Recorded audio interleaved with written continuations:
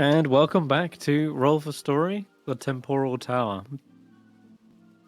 When we last left the Kiasters, they had made it inside the tower itself after completing their first trial, and they were just settling in, getting used to the surroundings, getting washed up, and situated in their own personal quarters.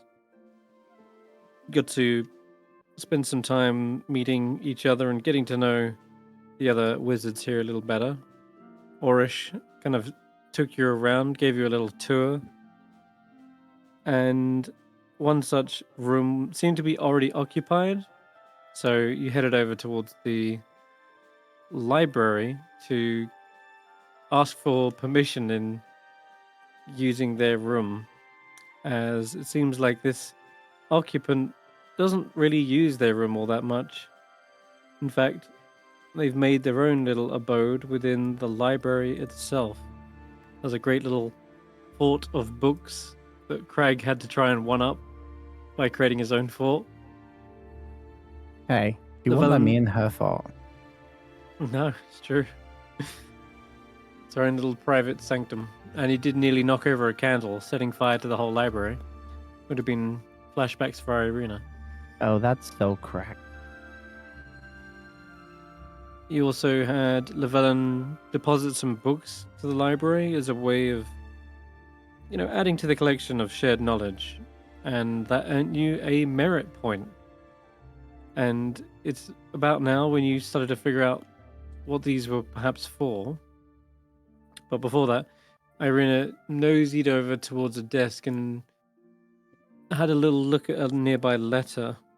Turns out that Malone has been here in the tower.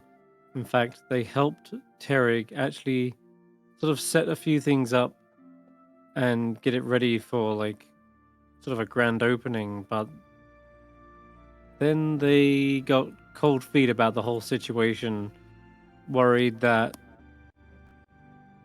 this teaching of chronomancy would lead to not so favorable things, since it's already supposed to be outlawed, and that's the reason why Terry got exiled from the capital city in the first place. She said she wouldn't be able to live two lives here in the tower and in the capital. She'd have to go back and not raise any suspicions or lead them back to this tower in the first place. So with that, regrettably, she had to leave. Then you went to the Color of Light. It's a chamber that has all kinds of books and scrap bits of paper all kind of tossed and discarded. Some of them, as you picked them up, kind of turned to dust. And there were these crackling beams of lightning that seemed to converge on the center, and a massive golem made up of books and tomes was operating this device using different buttons and levers. And Krag, without hesitating, jumped into a beam of lightning and got hit with a 9th level time ravage spell. That's nearly killed them, Wow. But thank God they were favored by the gods. It wasn't more like he jumped in front of her. He would have reached his hand out. It's just, you can't really do that with a token. Mm-hmm. But yeah. Either way, he went into the direct line of fire and realized that pretty much any spell could be possible with whatever this device is. Seems to be replicating, altering them, and there's a lot of discarded ideas here that don't seem to work, or maybe have been improved upon, and the older iterations kind of reduced to dust. But he helped clean the place up a little bit. Eirina found, for example, one such spell known as Chaos Bolt that's been improved and combined into Chromatic Orb. And Llyvelin, this is where you can turn in your merit points and everyone else who gets them. And it's here they will be happy to offer you some expanded knowledge or improved, revised spells. And you can get merit points by doing some little chores around the place, whether it be cleaning up the place, tending to griffins, apparently, in the area, or just basically outstanding work in whatever field you choose to study here within Terry's Tower. So I think that was about it. I think that's where we left off. Orish said that when you're ready, there's the next part of the exam is a written exam, and it involves making scrolls. And Andy made a good point to say that they're not here to really learn or do wizardy things, but more so to help their friends. And their way of learning is maybe different from others. And Orish himself seems to acknowledge this, noting that he's had to have special exceptions as well in his learning methods. But regardless, yeah, there seems to be a way forward for you to be able to create spells, and Llyvelin was given a quick guide on that. But that can be explained further in the exam if you want. If you're all ready to go. I mean... Or would you...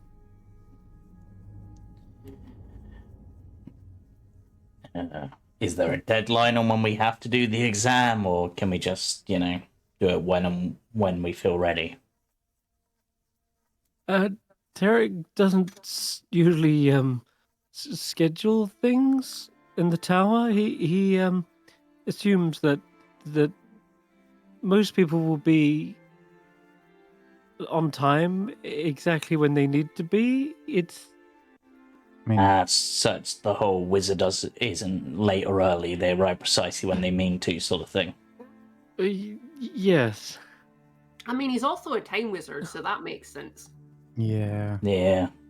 Does that mean we could do the test all together, or we could do it separately, or are you just expecting us to all happen to converge at the same time? Tarek's assuming that you'll all converge at the same time. Yeah, that makes sense.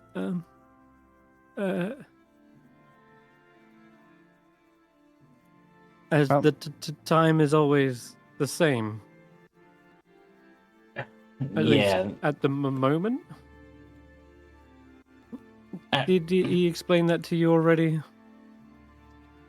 Yeah, like now it's 5:30 or something like that. Yeah. Right, yes. That's the time. The time, yes. Alright, let me think.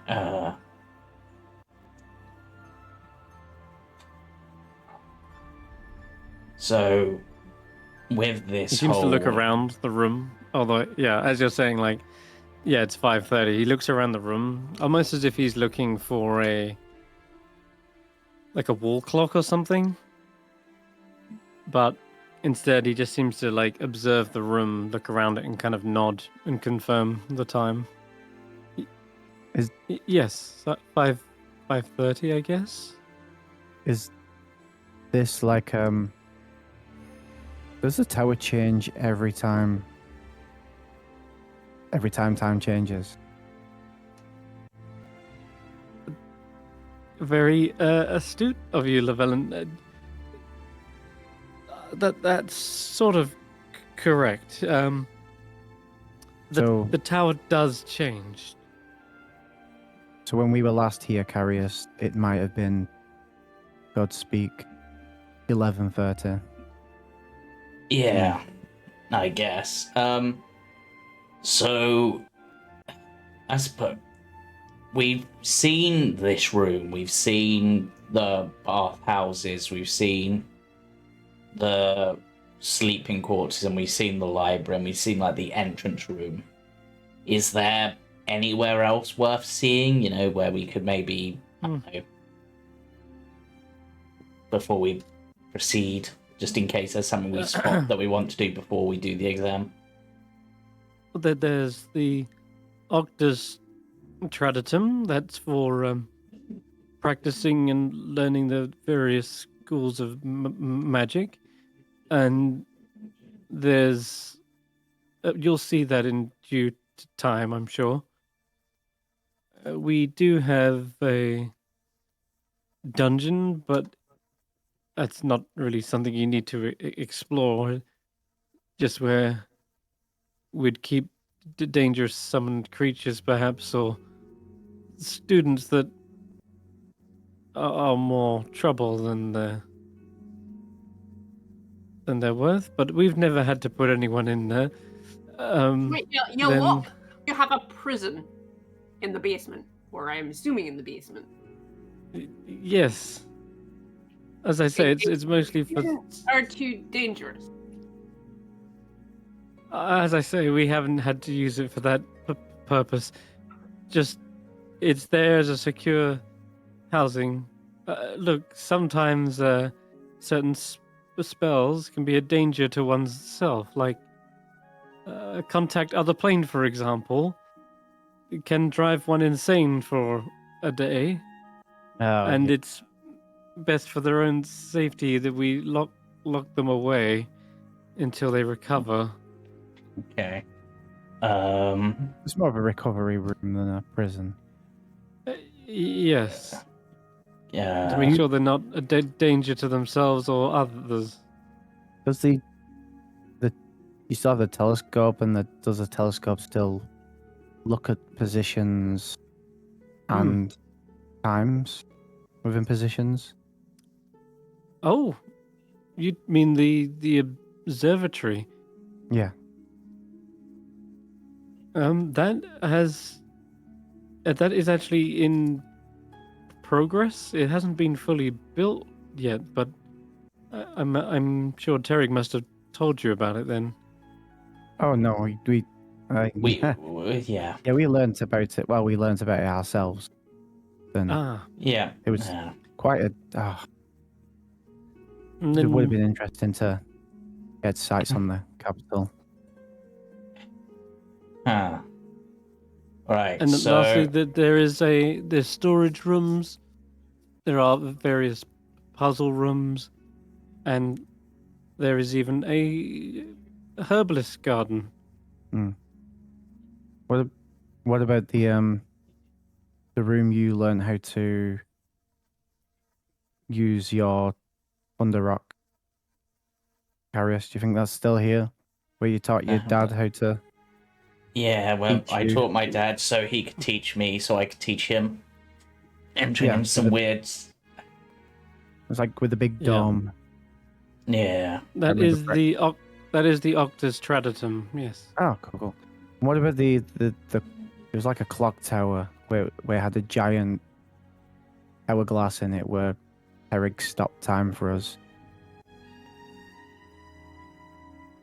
He winds his eyes and goes, "Oh, that's the dimensional hologram. It's very dangerous there, and I'm afraid it's off limits to students." Oh, Yeah. I would think so. I was just gauging what was still here. Yeah. Obviously, Right. You can all so, roll allowed in there insight last time. checks. Yeah, sure. we weren't allowed in there last time, but Terry took us in there specifically for a reason. Yeah.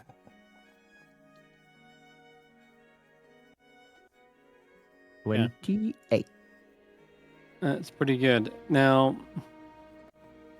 yes, there was a room, a massive clock tower, and that is exactly where they sent you back. And it's also so an insight with 28. Earlier, you heard Terry say that it's okay; they can send you back to your respective times, right? Hmm. And you intuit that's probably how he would do it. But Terry also said that there are no locked doors. The only doors that are barred from you are ones you have yet to open yourself. Hmm. In other words, So- there shouldn't be any, say, off-limits areas. Yeah. They kind of, because there are no real rules in the tower. They're there to test you. They're there to push your ability. So if you're able to, you can intuit that if you're able to get in, then you'll be allowed in. But it wouldn't be it wouldn't anger Terrig necessarily. But Orish seems to be a little bit more.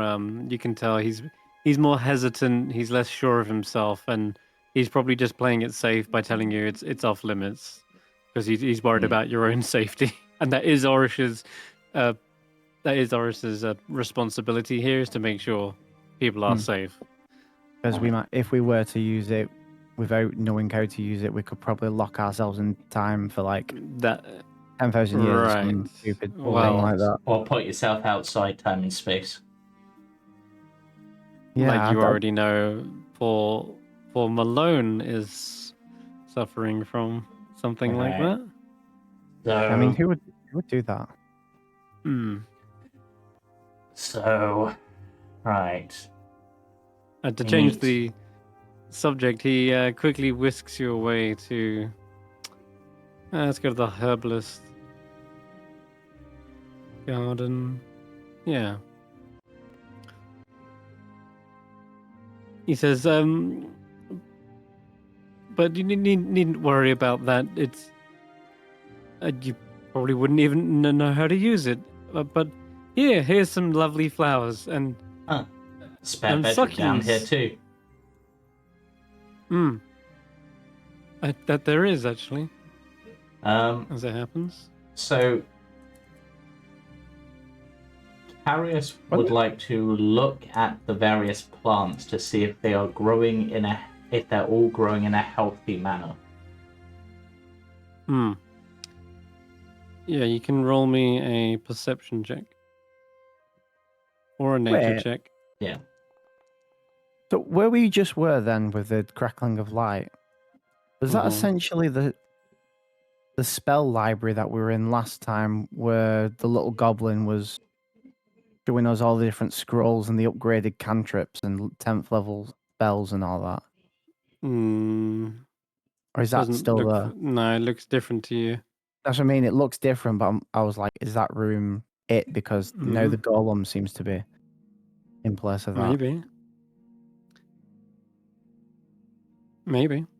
But the goblin is still around. You saw him earlier. Yeah. Jit. Okay. What did you get on that? 13. 13. They appear healthy. They appear like normal plants. But there does seem to be different labels over them with different numbers. They're not labeling like the plant's name or the number of plants. You're not sure what the number kind of relates to, but there's clearly like, yeah. What's with the numbers? I ask. I believe that. Oh, actually, I can tell you. I often visit this place myself. It's we're testing out the different effects of chronomancy on living things. It's a way to test that time magic in a more controlled and safe environment, and it's easier to test it on plants first before living animals and human beings. So is like And the as you look higher the around- number, the more powerful chronomancy is being used? Yes, some of them refer to days, and some refer to years, and some do refer to the level of chronomancy used. And as you look around the room, now that you've been told, you do start to see some of the plants, though they're all kind of like uniform and next to one another. There's clearly different coloration on the leaves. There are indicate perhaps different life cycles. As in, they're at different stages of their life. Yeah. Some of them are Karis- losing some of their petals. Yeah. Karius sort of thinks to himself how his family would feel about time magic being used on their crops. Because they normally just use, like, obviously, like, weather manipulation to help the crops grow in, like, a more hostile environment, but being able to potentially speed their growth. But with the dangers of chronomancing, considering how strict his dad is, it's sort of like, well, Indeed.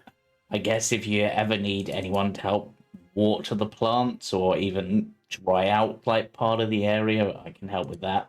I've got quite a bit of experience growing more fruit and vegetables and like edible stuff, but yeah. Yes, you can hop by and help prune some of the garden here. Yep. Elsie, you pride yourself as a druid as well. You can help as well if you like. Elsie's already got her like hands in the dirt and is like checking how nice the soil is and whether it needs anything, and yeah, she's getting stuck in already. You see, Orish just sort of hands you a pair of gloves, and you can use. I don't need. Oh, I see. All right my then. skin is quite thick. It's fine. Is there anything special about this well? It just looks like a rather pale blue. Anything special about a well, you ask? Yeah, this All well. wells are special. I should think you should know that by now. There's no such thing as a mundane well in Midra, as they say. I just sort of looked at the rest of the group. Have we had much contact with wells before and I'm just forgetting? I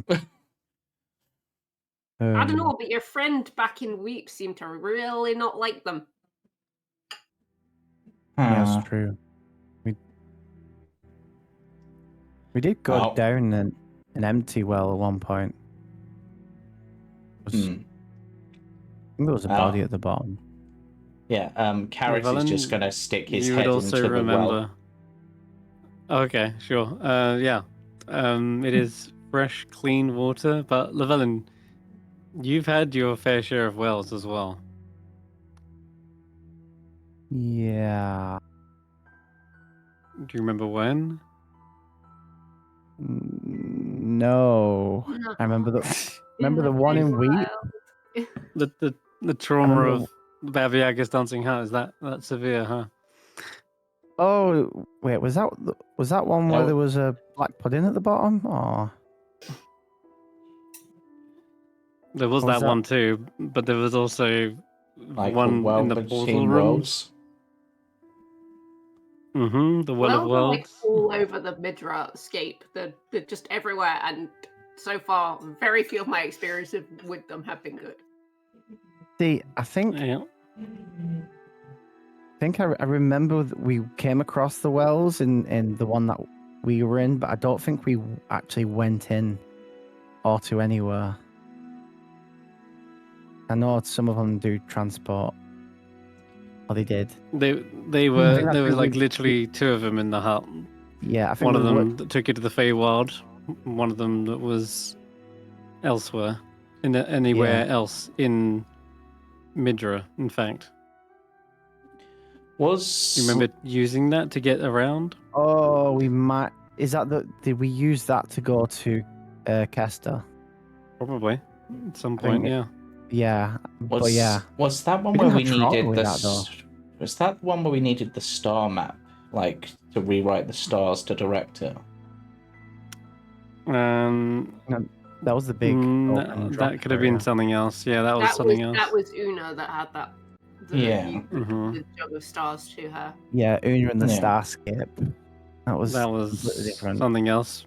Different well, I guess. Yeah, sort of shaped like it. Anyway, but with wells, but like there's only one that's been traumatic. No, someone nearly died in the other well, the one in Weep. You had to swim away from it. Oh my god, my memory is coming back. The one that almost Yep. sucked us into the well further Yeah, and the one further. that nearly killed you, basically. Yeah. That's the one. Yeah. Yeah. Oh, no, I forgot about that one. Okay, That so was- no, so the group's trauma with Wells has mostly been before I joined the group. Gotcha. do you know?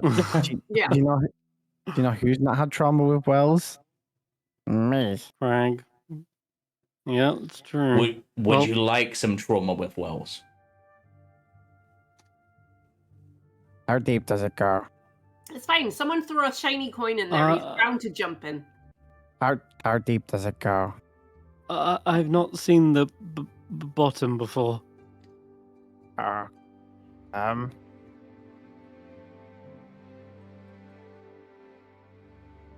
You seem Are you strong. sticking your head in, Karius, like Yeah. under the water, or just Yep, because I've got the okay. necklace of adaptation, so I can just breathe. Perfect.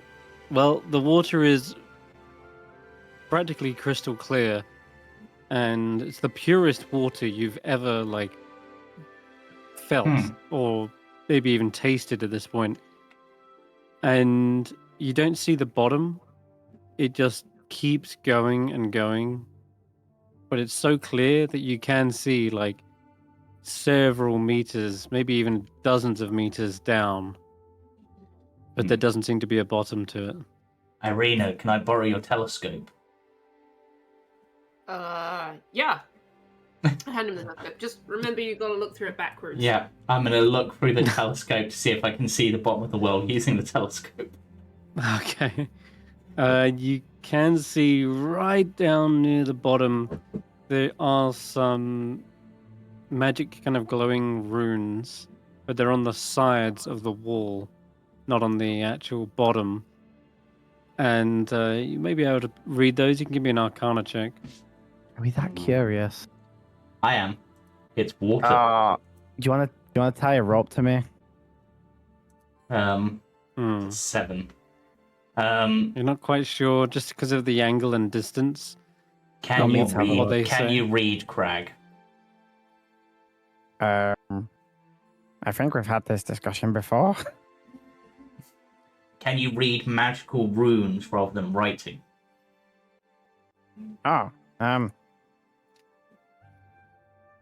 No, I'm also not good at that either. Everything I do that's all me. If you saw a picture of a rune, would you be able to draw a copy of said rune? I can draw pictures. Okay. I'm gonna pick up Krag and just sort of shove them beneath the water. Go look. What? Okay, we're gonna merge plans here. Okay. Llyvelin said, sorry, we're gonna merge plans here. We should tie a rope around him. Yeah, many we ropes probably as we should. can. Yeah, we probably And- should. Llyvelin will turn him into a fish. Yeah, he wanted trauma in a well, so I gave him trauma in a well. You got it. Then... Llyvelin and Karius gang up on this little goblin. It's like, no, don't just shove him in the water. Let's at least make it so he won't drown. Sure. Krak's like, why are you grabbing? Oh god! Orish is panicking as well as he's flicking through his spell book for a air bubble spell. I turned Krag into a fish. That's all right then. He's kind of very resourceful. Krag, you dive in as a fish and swim down to the bottom. Or rather, the part where you can see the runes. You can give me an Arcana check as well. Oh, it's Krag doing the Arcana check. If he's a fish, yeah.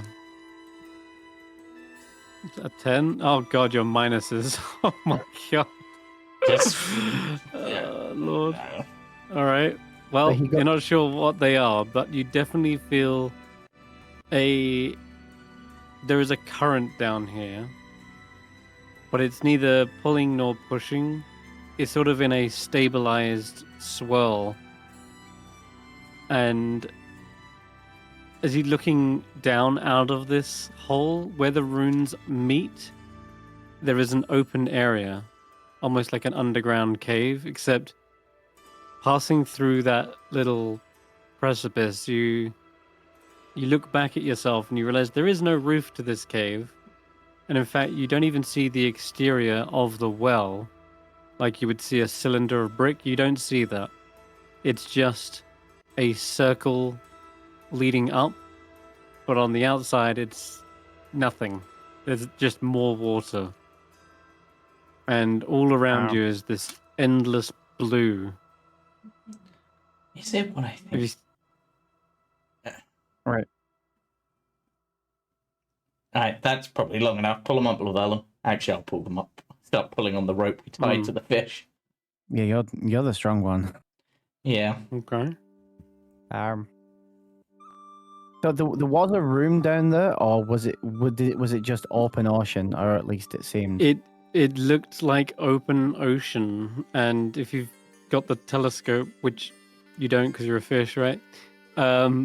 You do see other fish perhaps swimming around in the distance.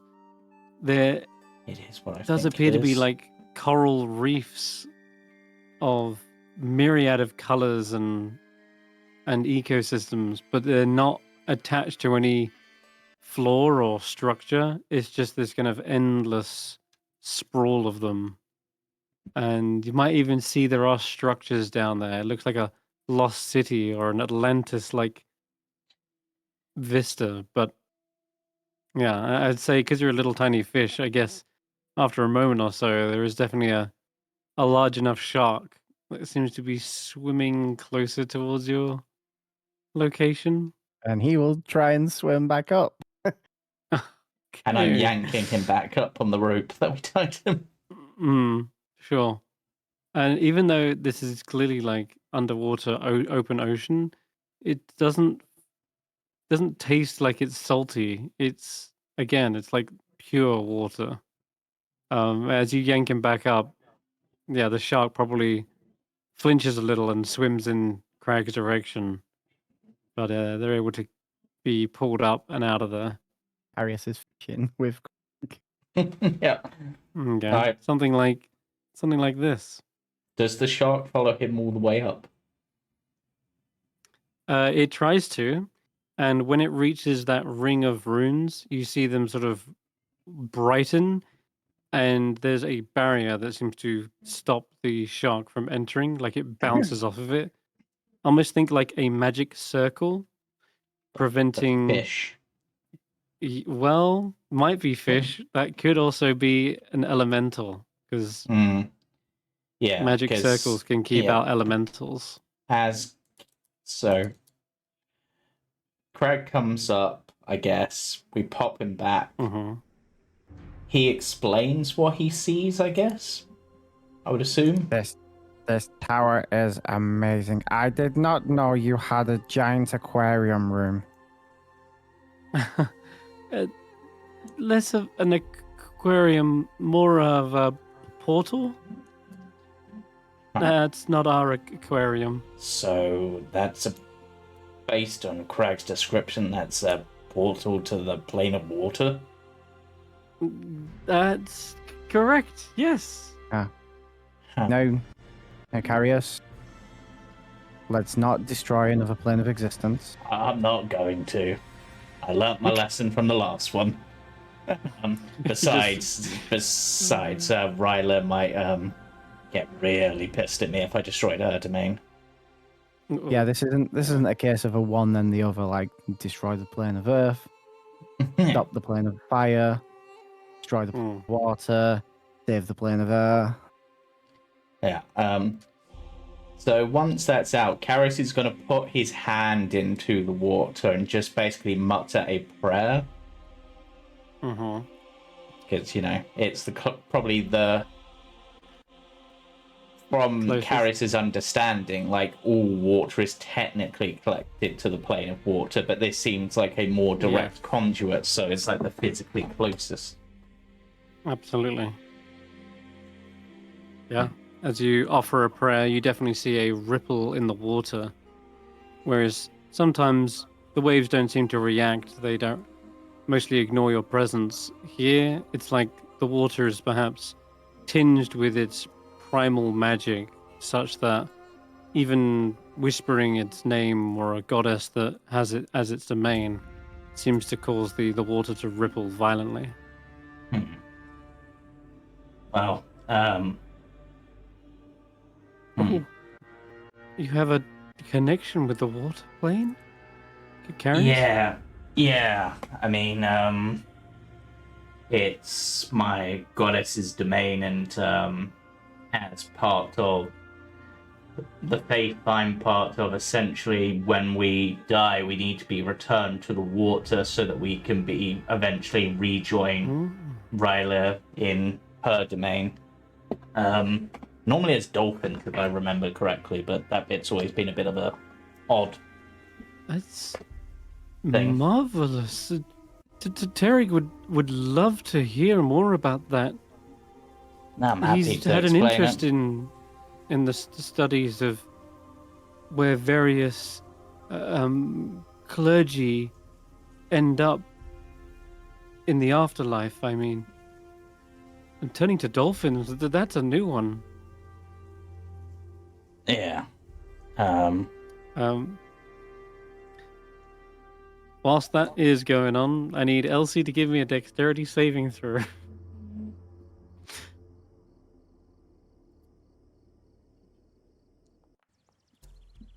Oh, goodness.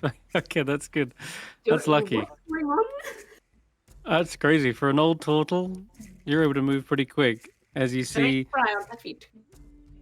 nestled amongst the shrubberies here, you suddenly see a snapping pair of jaws come towards poor Elsie and their hand, and they didn't wear gloves, so this thing comes snatching towards you. It is only tiny, but you see this thing is a little vicious blight nonetheless, and its mouth like leaves seem to close up and then slowly retract again. Ooh. And She's Orange, not like perturbed in the slightest. If anything, she picks up like her stick and like slowly the end of like her walking stick kind of goes close to it, and then just as it's about to fight again, she'll whip it away. you see it getting more frustrated as it's twitching now from the stick that keeps triggering its hair triggers, and it's now like snatch, snatch, snatch in the air, trying to get something, but can't seem to grab it. Oh, you're a feisty little one. Oh, sorry, wrong accent. It's gonna take me a minute. Hang on. Popping between like Scottish and Russian. Hang on. Oh my god! You have to bear with me. This is tricky. Yeah, I don't really have anything edible on me, so yeah, I can't really help it. And do you have any bread very for it? cute. I like him. What does he eat? He eats people? She When looks around the at everybody. actually, you're not wrong, Elsie. This thing does eat people once they're fully grown, but we've been trying to slow down the growth process to observe it at all stages more thoroughly. But yeah, they hunt, they prey on warm-blooded creatures, especially How do you preferring. feed it? How do you feed it?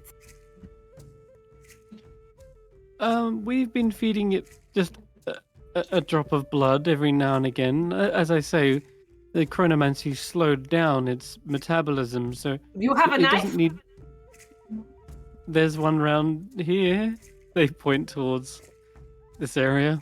She'll sort of trundle over. She'll find a knife. She'll come back like looking really quite gleeful. And she'll sort of like stab one of her like chunky fingers God. and then drip some blood in. Okay. Oh, big and strong. This snatching like Venus flytrap seems to lick its lips with one of its vines, and it seems to almost want more. It gets ravenous as it's now seemingly got a taste for that blood. It's excellent. We call it Audrey. Audrey? It's a man trap, not an Audrey. But And as you wish. Audrey's an appropriate name for a man trap, in my opinion. Yes, it is. It's a shame there's not someone who could see more.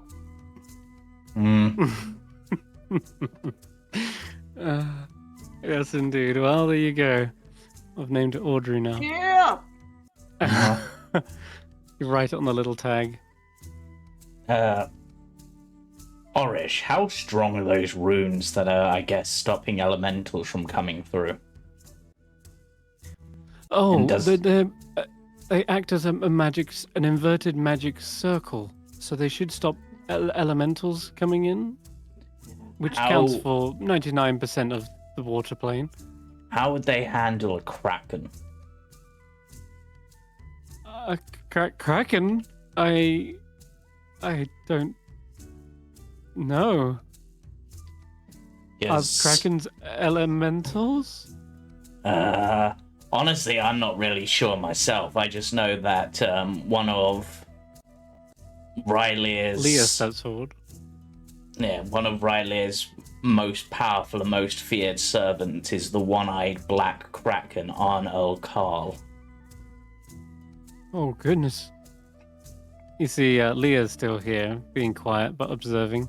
She, adjusts her spectacles and says, actually, Krakens are monstrosities, so it wouldn't stop that.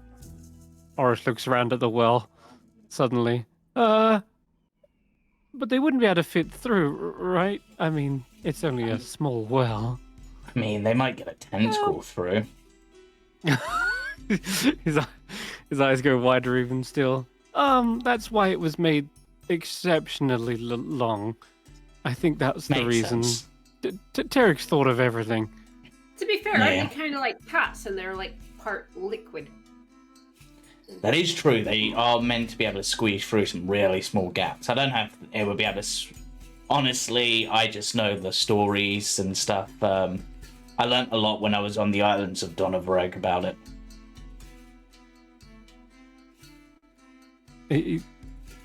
Orish starts conjuring up an illusion and measuring it. Let's have a look here. I don't think even with a kraken squeezing it would fit through. I'm pretty sure we're safe.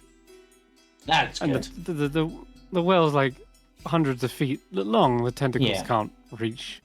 Yeah, if I die here and there's no way to revive me, put my body in there, but make sure that my arms and legs aren't bound. That's Yes. really Understood. morbid. You're not gonna die. I don't So know, Krag's almost died. So let's say someone was untoward in this place and they went down the polymorph to Kraken, brought it in here, and it unpolymorphed. Is that a possibility? I think that's delving a little bit too deep, don't you think? Don't give people ideas. I mean, you'd have to find them first, and I mean, unless you really piss off Riley, I don't think that's going to be a problem. So No, what you- sort of you- things do you do to piss off a goddess? I mean... And what did you do? I mean, who, me? I haven't done anything to piss them off, I just know of them. Oh, I thought that was how you lost your horn, isn't it? No, I lost my horn. Garrus, thanks for a moment. Pretty sure it was a lightning bolt that took my horn. Yeah, it was. I did piss off a goddess that caused my horn to be shot off, but that was Wrong goddess. no, that was my goddess, but that was due to getting in a fight with my dad, really badly. She was not happy with that. But Karius has his horn back now, right? Yeah. Yeah. Mhm. Yeah. So I'm assuming because my horn was able to be grown back, she's forgiven me for that. Otherwise, I think she might have just stopped it growing back. So if religious people fight their fathers who are also religious, a goddess may come and smite you. I mean, in this case, yes, but we were sort of manipulating the weather, which is one of her domains, in order to, and might have been messing with that a bit too much. It's a Yeah. misuse of magic. I don't think she appreciated the way it was being used. Cleric Yeah, magic is weird. it really Cleric can magic be. is weird. Gods can be quite fickle. Yeah. Yeah. I mean, she is a goddess of the grave and trickery, so, you know, it's kind of a... as well as the Tempest, so... Alright, no, it's good to know that should anything happen, I still have a connection to the sea here. Well, to the Endless Sea.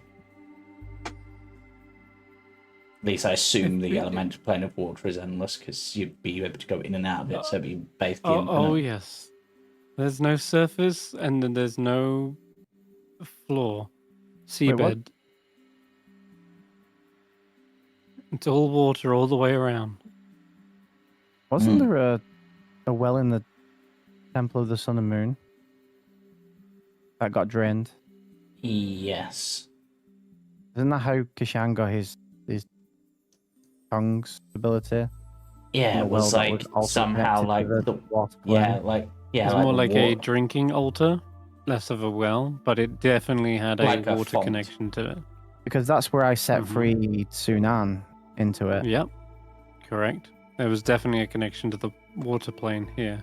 Ah, All right. Mm-hmm. interesting. There's multiple connections. There are. So, There's as many yeah. connections as there are waterfalls in Yeah. the So is- material plane. So it's, Yeah, it's is this how the lavatories work in this place as well? Oh no, we have orbs of annihilation for those. Oh yeah, the Obs of Annihilation, not the. I You don't wouldn't dump want. it into water No, plane. we wouldn't want to dump it into the ocean. no. That'll attract sharks. And Yeah, and who would worse do that? things. That'd be horrible. You'd have to be a bad people to just dump toxic waste.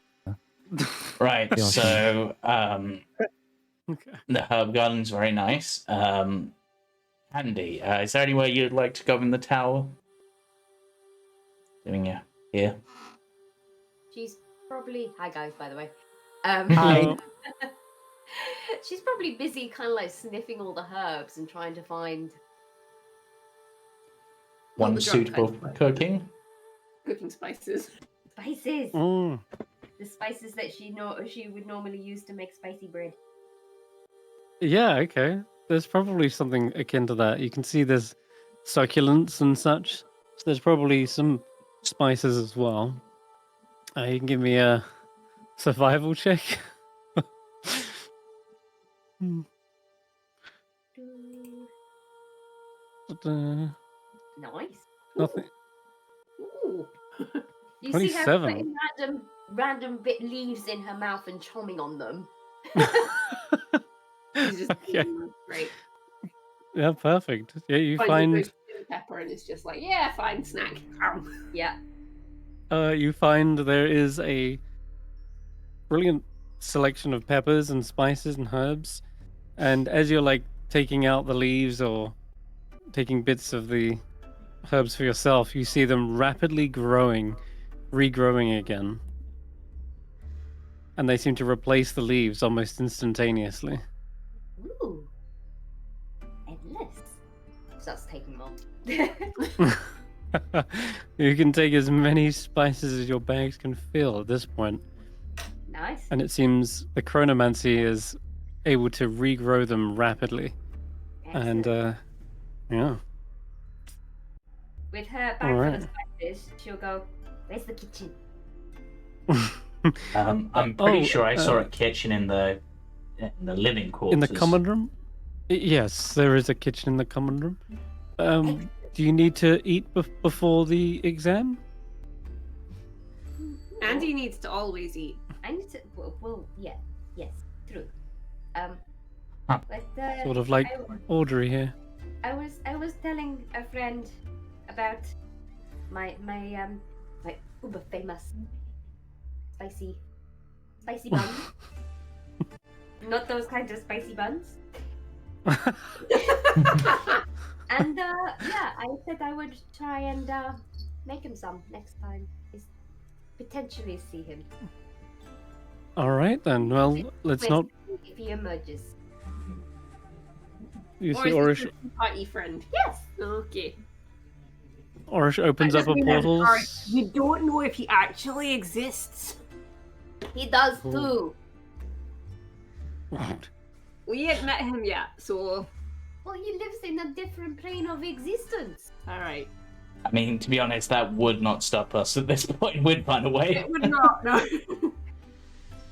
So, Orish, you said there's a portal to the plane of Wart here. I'm pretty sure there's not one to the plane of Earth where I'm going to slap Terrig.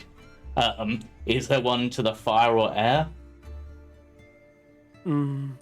Air? Maybe. I'm not sure. I'm not in charge of the Griffin area, but that would be the most likely place. Okay. As for fire, no, I don't think that would be safe. Yeah, that makes sense. Did we have any Sound like business? fire is dangerous. Did we have any business with the other planes of existence?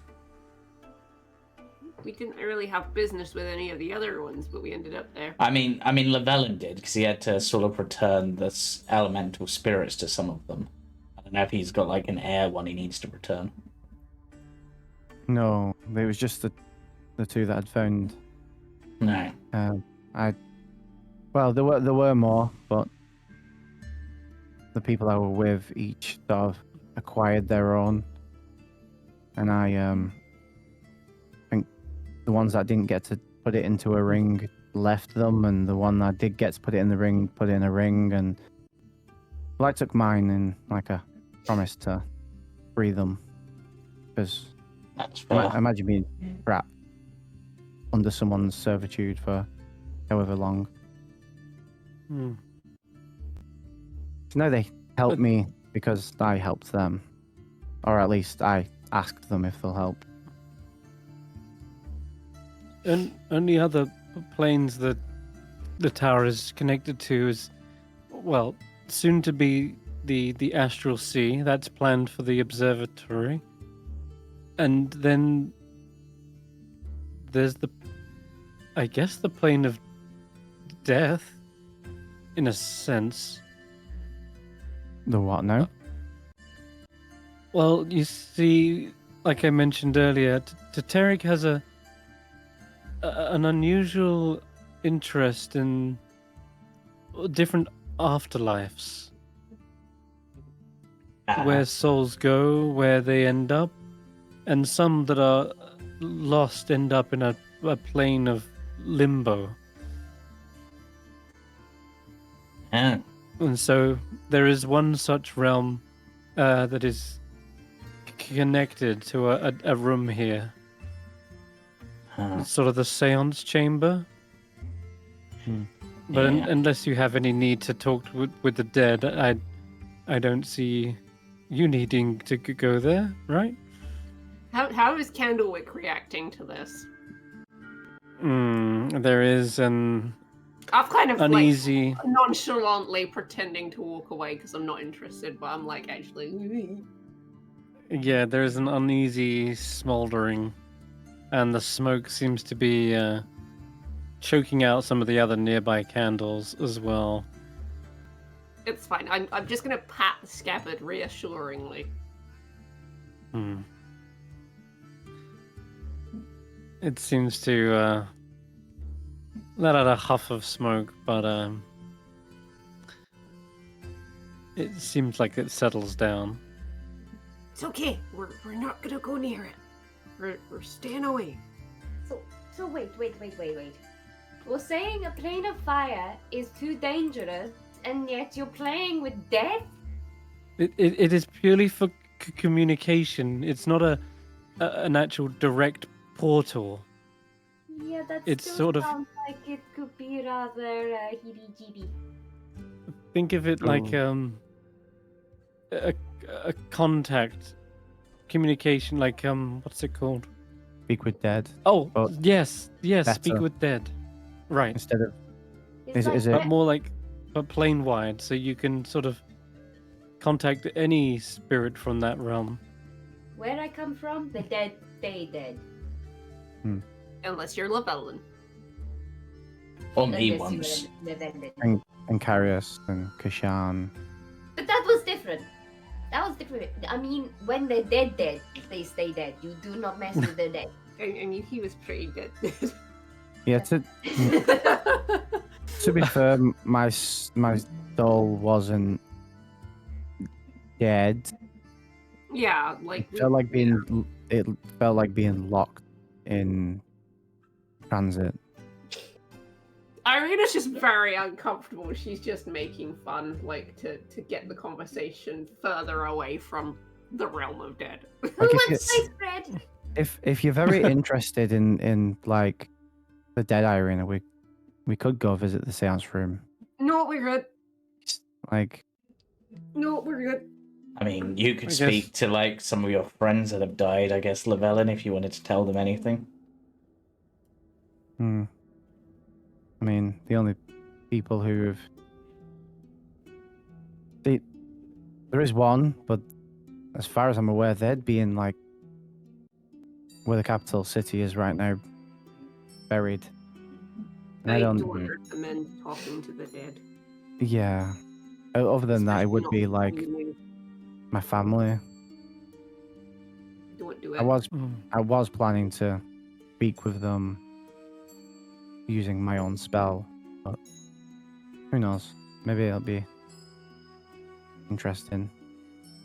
Or it might bring up a load of trauma from my past life. As Who this knows? is being mentioned, I guess Sinali is at the end of a corridor, just poking Just- their head around Yeah, just listening. around the wall.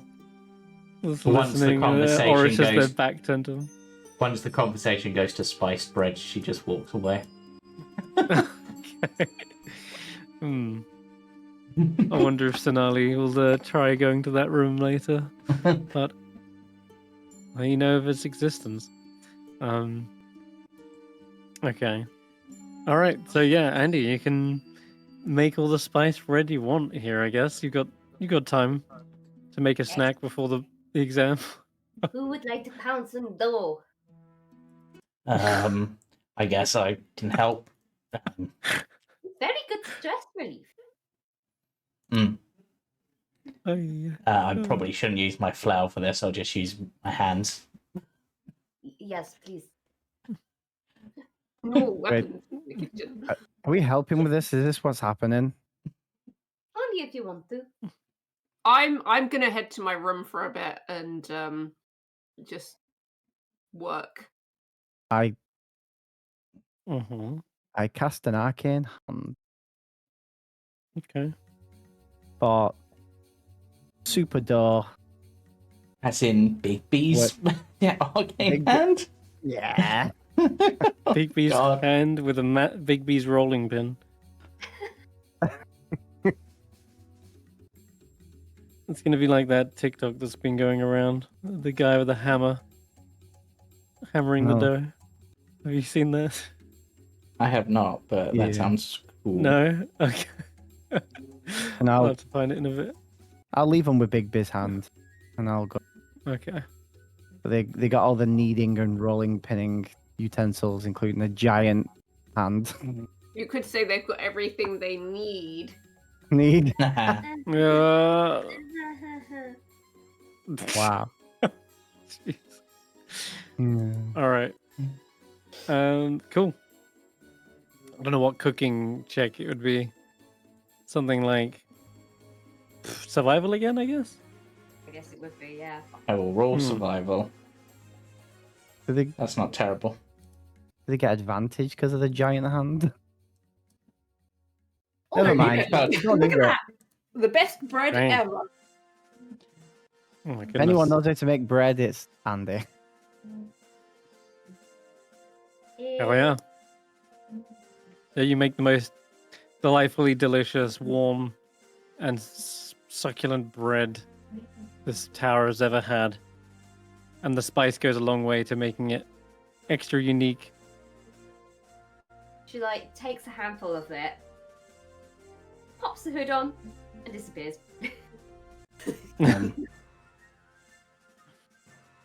she'll be back in a moment. Don't mind her. She's just disappearing to another plane of existence briefly to speak to a friend. I guess that's all right. I was told to keep tabs on everyone. I hope they'll be back soon. Yeah, they'll be fine. If you're gonna try to keep tabs on anyone, Andy is probably gonna be the most difficult, except maybe Kesh'an. He's a cat; he gets everywhere. I see. Well, there is that other little girl that seems to be creeping about.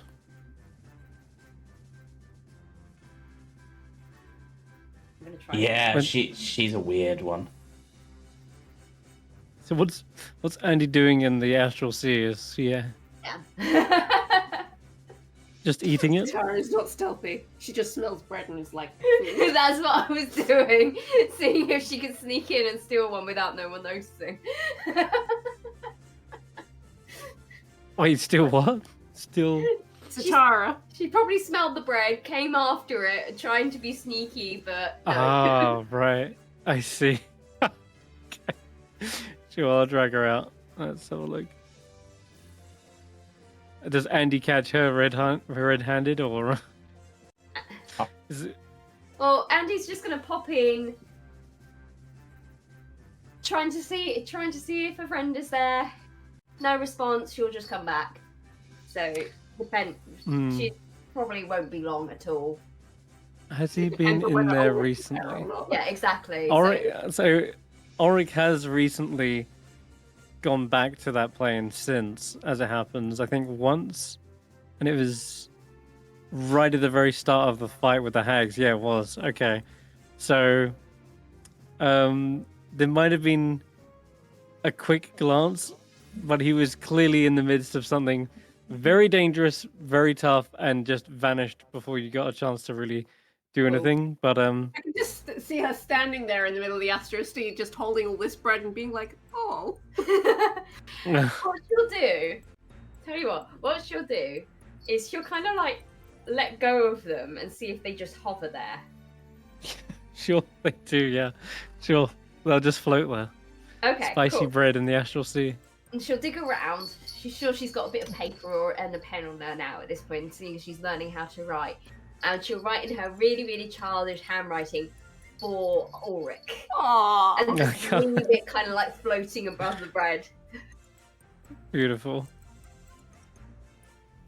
Okay, yeah, we'll make sure that gets to him if he ever does go to the astral sea again. I'm imagining the reason that Satara gets caught is Andy takes off the hood. They've literally just walked into the space, so Andy just appears on top of them. They're like trying to hide behind Andy to get around, and then Andy disappears, and it's like, my cover's blown. And she's just stood there, like on all fours with her hands stretched up, like. Would you like some bread? You can have some. I'm sure Andy won't mind. Okay. She like just grabs it and she starts running out. Probably trips over her own feet. Nice Love seeing you again, I guess. Bye. Oh, she's so funny. The bread was for everyone. She didn't have to sneak. Yeah, that was sort of Garrett's thing. It's I'm sure Andy won't mind. Have some. But her people skills are 0. I know, it's so Yeah. cute. Alright, Krag will take some how else can I pull off this test? toast with his shirt. Garrett's trying to come up with excuses because they're not confident themselves.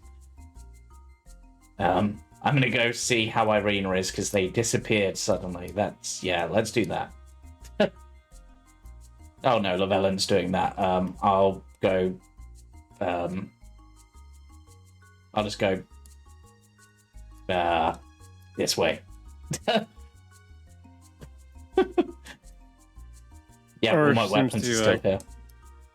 Clap their hands, and lots of these shuffle cup teacups pour everyone some tea. You see he's just enjoying that as you head back round to your room. Oh, Uh, hmm.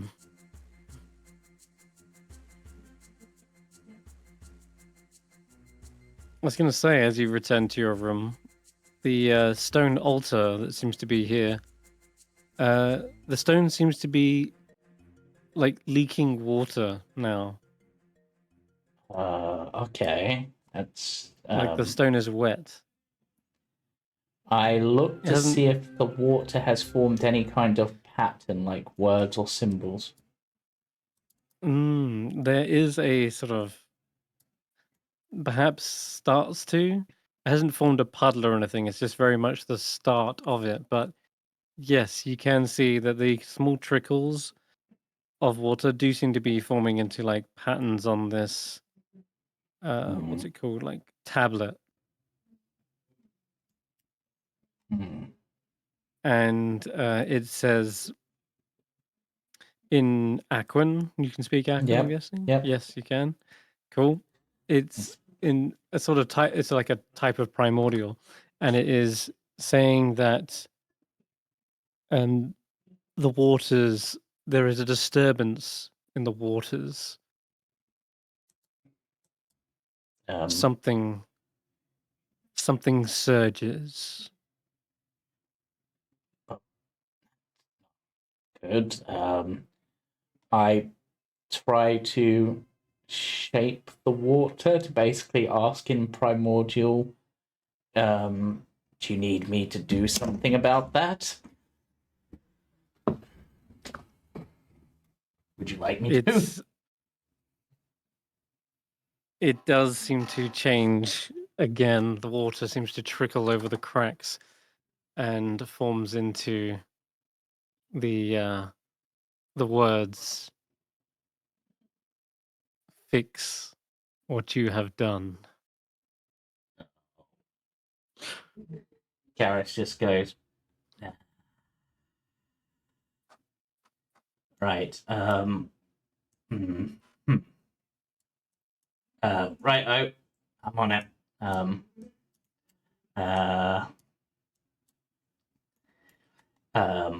Orish, are there any books here on how to fix planes of existence? I are That's you very joking? specific. Or to recapture a primordial that wants to devour a sun. He started to see his hand shaking with the teacup. There is not anything like that, but we do have spells on books on spells like imprison. We have spells on the elemental planes and how they connect. You know. Okay, could Water connects to earth, earth to fire. Oh, of Fire course, to water air. connects directly to earth. Yeah, you remember immediately. There's two ways in which the only one Nova it doesn't Blast worm connect could to. have gone. Yeah. Oh, does that mean it went into the water plane? Well, it was either that or it went into fire. So Yeah. I think it picked the more sensible route, if anything. Okay. Do you have a book on the primordials, just in general, like particularly the Nova Blast worm? Oh, yes, we should have. Yes. Right. I need to read that, a book on the plane of water and the plane of earth, and I need to get really good at the imprisonment spell, or really strong enough to kill a primordial. Either one works. Oh my. Unless killing a primordial is bad. Sets his teacup down and says, I'm not sure if it's ever been done. And you're right. What ramifications that would have for the rest of the world, I'm not sure. Yeah. Some scholars believe that the primordials are a necessary existence, that they serve some sort of grander purpose, and upsetting that balance may ultimately lead to even greater destruction. So, do primordials count as elementals? Some do. Some, I believe, could be classified as monstrosities. Like, for example, the Tarrasque is a well-known primordial-like creature, but it's more of a monster, less of an elemental. Right. Okay. Take me to the books. I'm gonna have to read. Reading. Your exam is soon, though. Well, I'll read after until you've everyone finished- else is ready for the exams. Very well. He will whisk you away momentarily into the library, Yep. where you can collect a stack of books on the elemental plane, the imprisonment spell, and the primordials. Tarek's probably powerful enough to create a scroll of imprisonment, so that might be a way to do it. But then Kara sort of mumbling to Subduing the himself. creature. Yeah, it's like, That's the but then trouble. we had to subdue it. But if it's in the water plane, like, I mean, we've got the next adaptation, but I'm probably the only one who can really do anything there. I mean, Eirina's all fire, so it's like the opposite of her. Yeah. It's funny how you freed it from the earth plane, only for it to go directly to become your problem, right? It went Yeah. straight to your goddess's realm. Like, Yeah. it really did go straight into your hands, effectively. Yeah. Um, Thing is, like, okay. probably the only ones that could probably work would, just looking at the imprisonment spell, would be either the minimus containment, which I'm guessing is what was used previously, because it was like a gemstone that I broke, but it was not small. Yeah. Or the which hedged one did prison.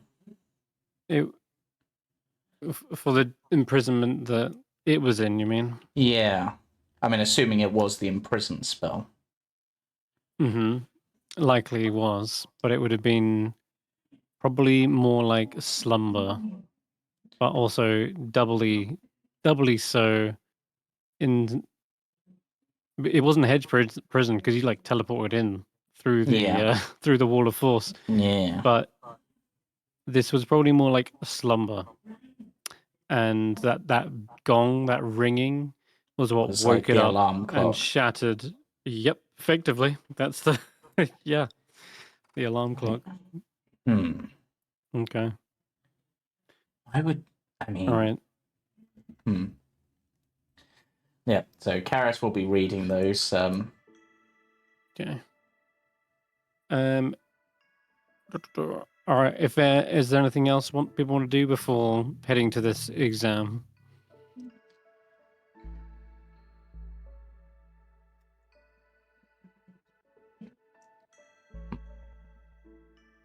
Just If not- fill my belly and I'm ready to go.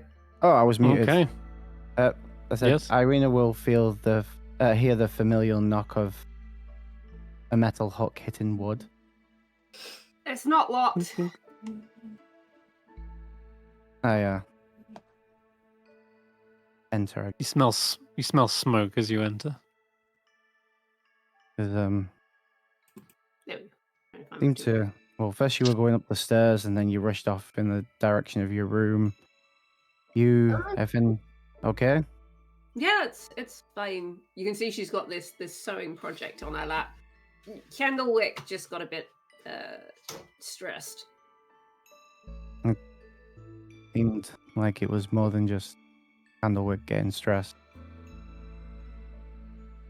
Seems around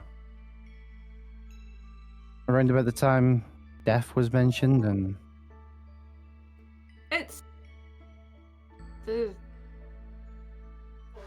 there's just a lot of uncertainty right now, especially surrounding the capital and the people that matter to me are in there.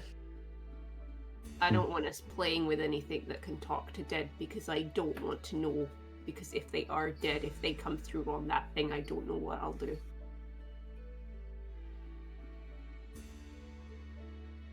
I mean, if the people we care for aren't dead they might not be what they seem. That's probably not helping. Which is why you shouldn't be contacting the dead, especially not loved ones, because they might not be as you remember them. It's just a bad idea.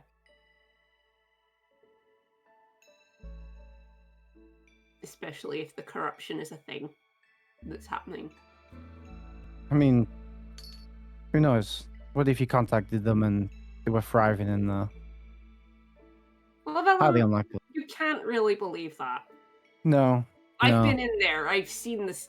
I don't remember all of it, but I've seen the state of things.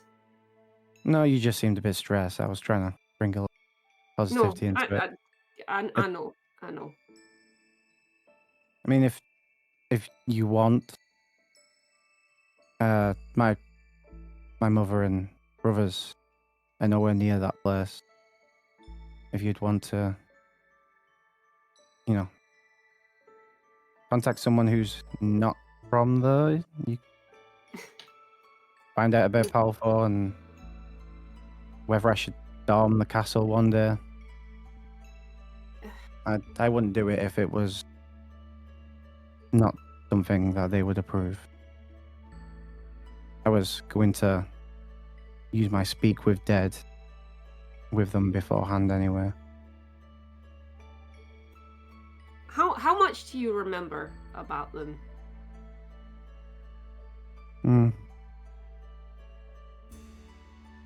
With memory, some things fade, but some things do stick about. My brothers playing along, climbing the trees, learning to shoot a bow. There's stuff like the smells of bread like they were doing in there would remind me of my mother's cooking. But then I also remember the smell of burning flesh, smell of fear and running away. That was me. Yeah. There's good and there's bad. Do you wish it had been different? Everything that happened to...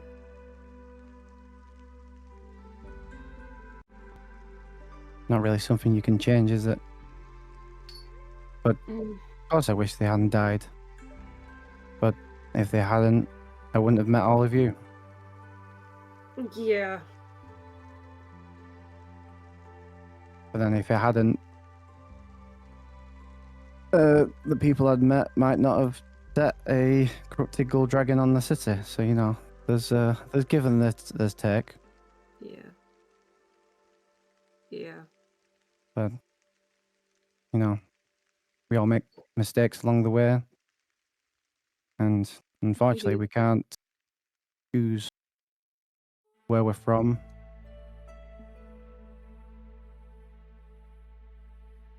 No, we can't. That's why I want to try and fix it. And I see force as an option, but I don't see how it can be done otherwise. And but something so ingrained in a civilization isn't something that can be changed peacefully in a day. No. We'll fix things. I know we will.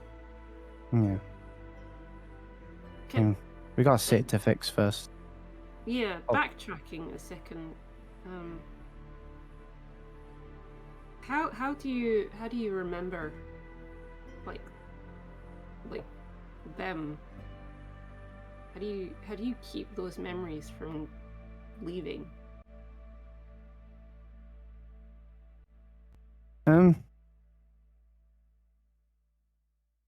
Memories never truly fade. You choose not to forget.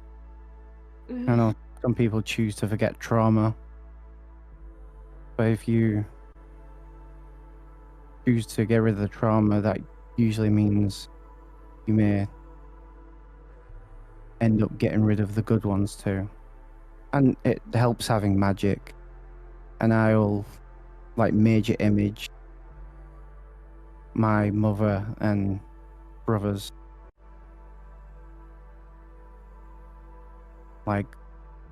playing around the house and smiling.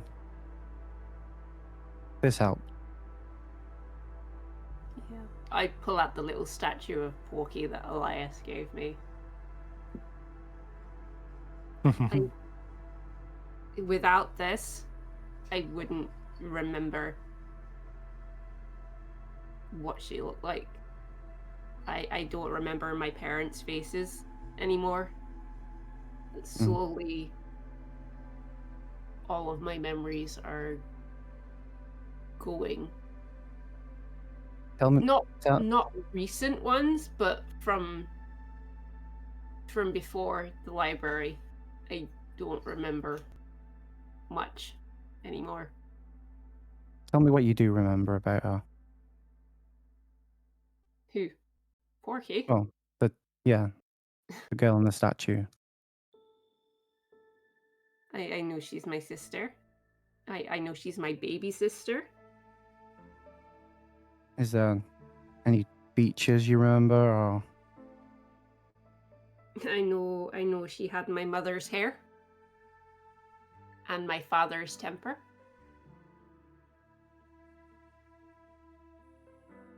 But that's it. I don't really recall the last time I saw her. If I ever did.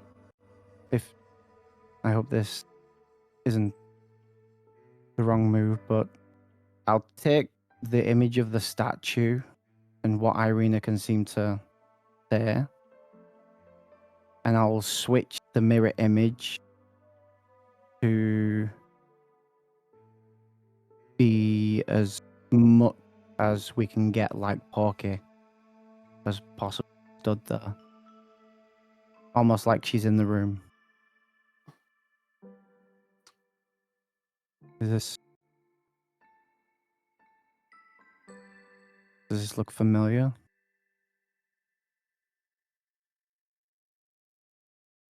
It's the edge of memory. I don't know how to explain it. I will explain it when I can. But thank you. I don't know if this is her. I hope it is. She looks healthy. She looks happy.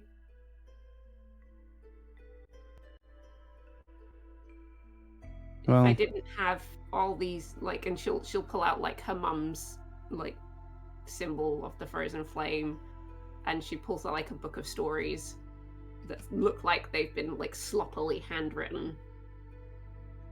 If I didn't have these things, I wouldn't have even.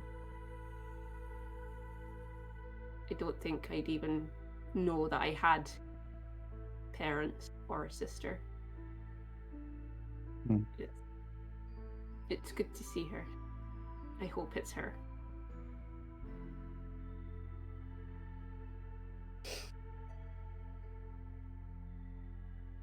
Well, if you ever need to see her, you're feeling stressed, I'll do a on my way. Yeah. Anyway, some scrolls to make. Yeah, scrolls to make. Before people start wondering what we're blowing up next. Well, okay.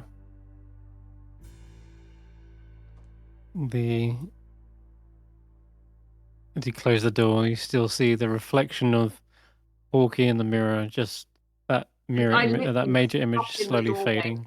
for like a few seconds and literally look at Porky through the mirror. And I just sort of stand there for a minute, and then as she starts to fade away is when I'll close the door and walk away.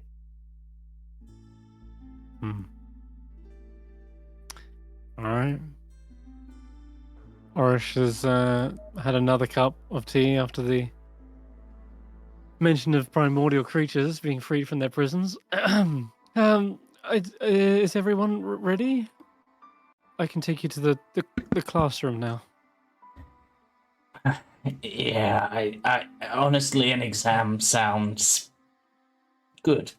Karius said, probably just sort of looking up from the books to say, oh my god, this spell is so complicated and expensive. Because it's 500 gold per hit dice, which means it's like 20,000 gold minimum in order to improve, isn't it? The price of your... I mean, we have a lot of gold, but nowhere near that. Speak for yourself. Right.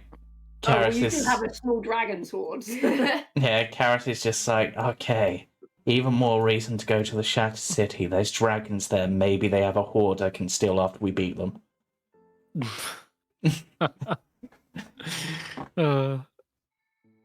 This is the price of your actions, I guess. Yep. Paid in gold. Satara, don't think you're getting out of it as well. You've got to take this exam as well. If I take the exam, will I be able to get more books reserved? Yes, of course. You can take as many books as you like. Yes! Just, this is an important lesson you need to learn as well.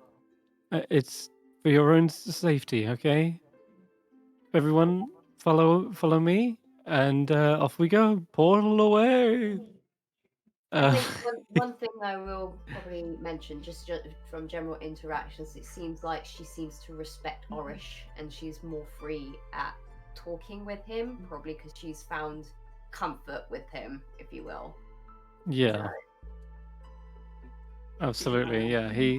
He's got a bit of a green thumb as well, having kind of grown up in the wilds and on the fringes of society. She kind of gets a big brotherly vibe from him.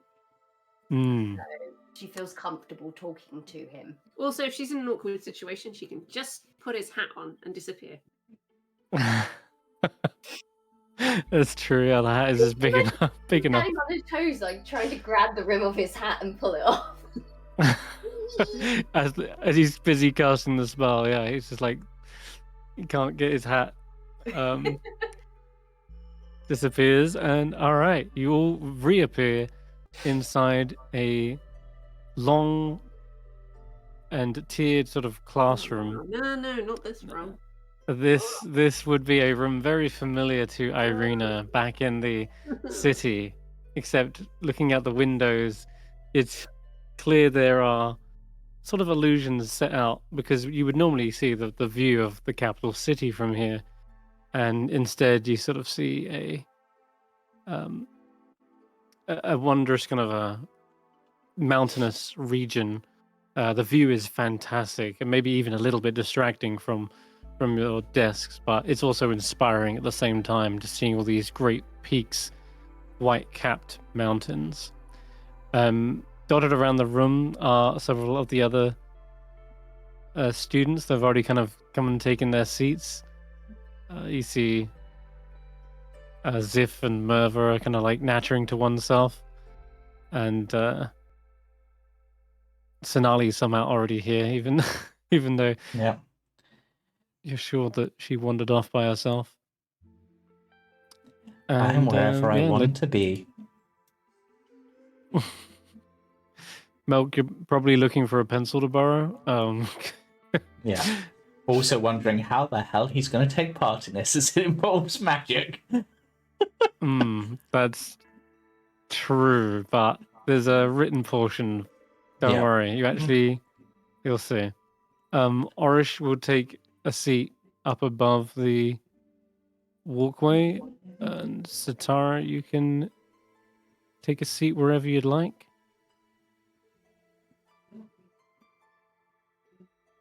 Orish kind of Yeah. Where do you want to sit? perches on a stack of books, but yeah, take your seats. I imagine she'd probably go like here because there's no one else on this row. Yep, that's probably it. Yep. And it happens to have like the second biggest stack of books. Yep. Probably. I'm Yeah. sitting at the back of the class in case I want to run away. Okay. Yeah. Karius sat next to his lightning buddy Krag. Kesh'an will sit next to you, Eirina. He still looks muddied and injured. I don't know how. But yeah, okay. All right. Where does And Andy then want we'll... Put her next to Elsie, I would. Okay, over here. All right. Okay. Terig and Mox are at the front of the classroom. You see he stands up and seems to look at an hourglass, and it seems like the time in the hourglass runs out. The last grain hits the bottom as soon as Andy's own bottom sits on the seat. And Terig says,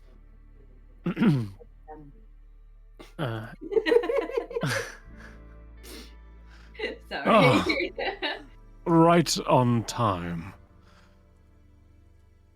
Mox will be overseeing this next lesson. They are not your typical teacher, so pay attention and good luck in trying to decipher each and every element of this particular exam. I'll be standing nearby in case you need any assistance, Mox, but otherwise I will let you take it over from here.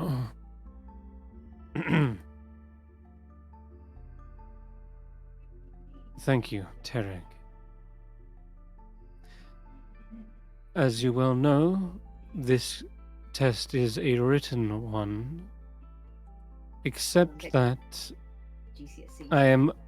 I have been made aware that there are certain difficulties with it being written. For that, it kind of looks towards like maybe Andy and Krag's direction. Is Andy actually like illiterate, or are they actually able She's to? been learning to write. Yeah, I've and been read, teaching Mhm. her. but I would imagine Okay. that her actual reading and writing ability is probably no better than probably infant school. Yeah, I wouldn't say. So Mm. yeah, Okay. So she knows her letters by this point, yeah, but she probably spells how she sounds things yeah. out. She's very phonetic in that sense.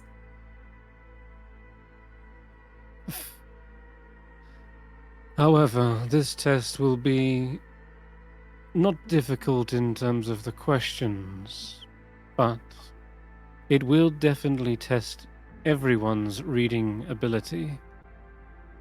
I will hand out the first set of questions, and you see he steps around handing out papers to each and every one of you. And for Krag is like completely illiterate, correct? Oh yeah, for sure.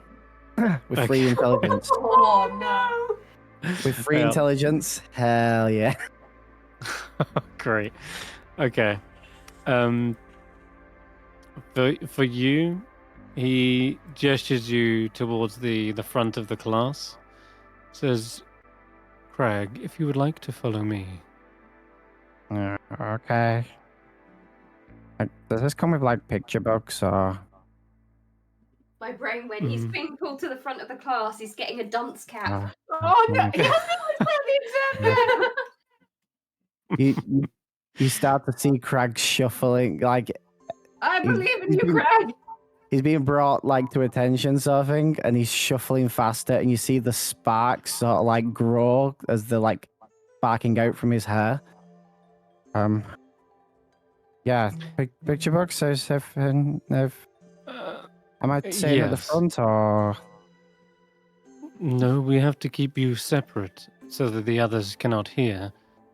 Oh, And you see he begins conjuring up a sort of a wall of silence between you and the rest of the group.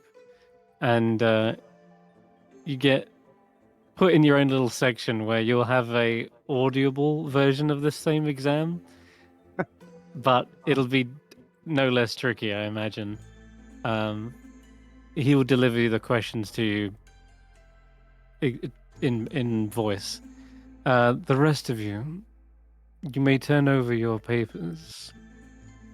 As Okay. I've said, they are simple questions, but they will test your ability to I read. swear to God, Chris, if you give us an actual exam to sit, I'm walking.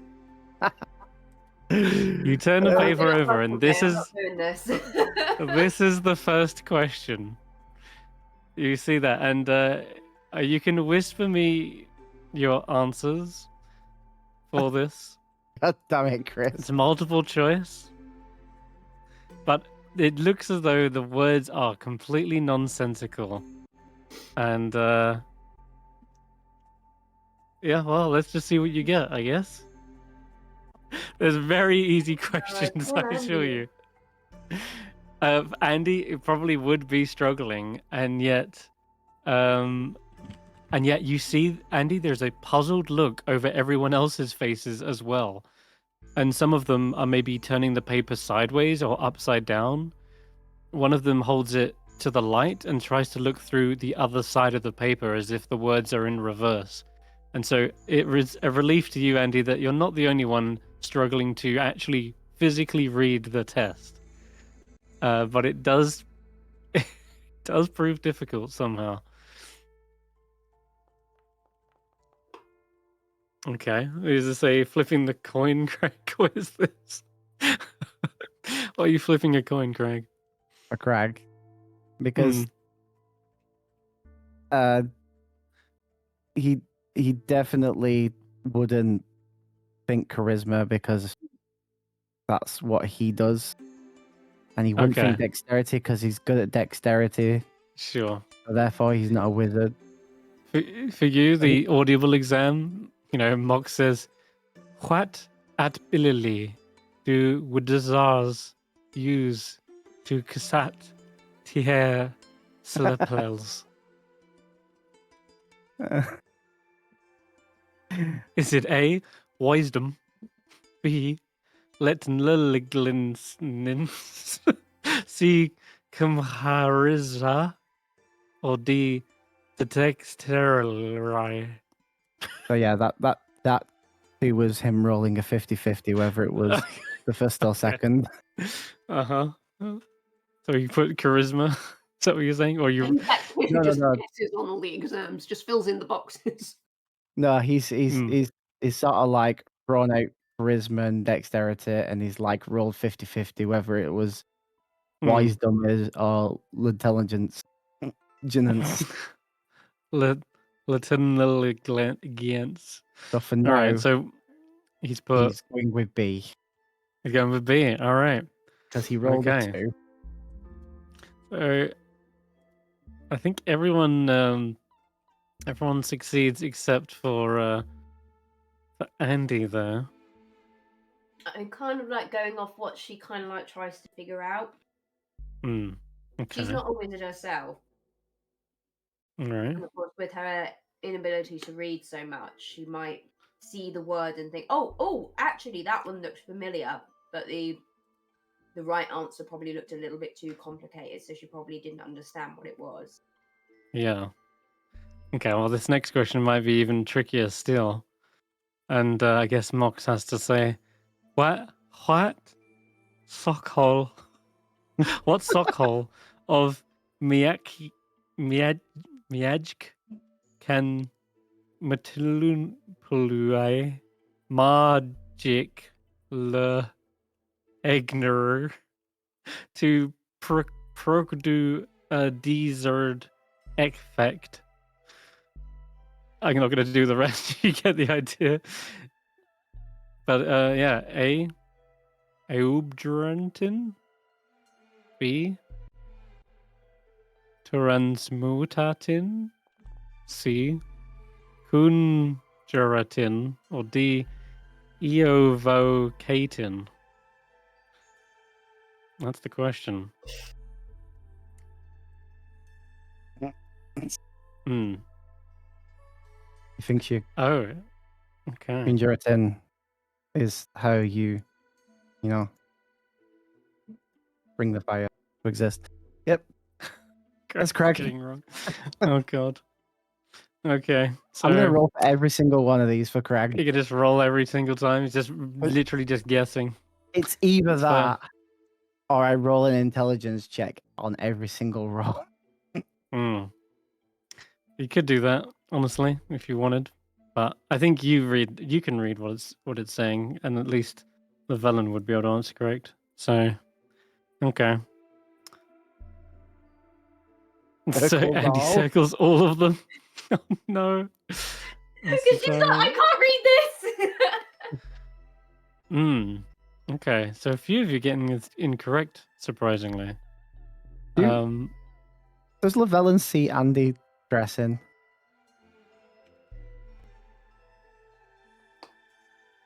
Llyvelin see Andy stressing us. I would probably say yeah, maybe. You can definitely see they're circling everything. And knowing that she struggles to read, Llyvelin will message. If Elsie sees her struggling as well, she'd probably help her sound some of it out. Okay. Yeah, Hmm. I was gonna say Llyvelin would message her what each of the answers say, but not the answer. Okay. So she at least knows what they're supposed to be. You see Terry looks up from his desk as you're casting message. And you see he raises an eyebrow, but otherwise doesn't interrupt the exam. And then looks over towards Elsie and gives a smile and a nod.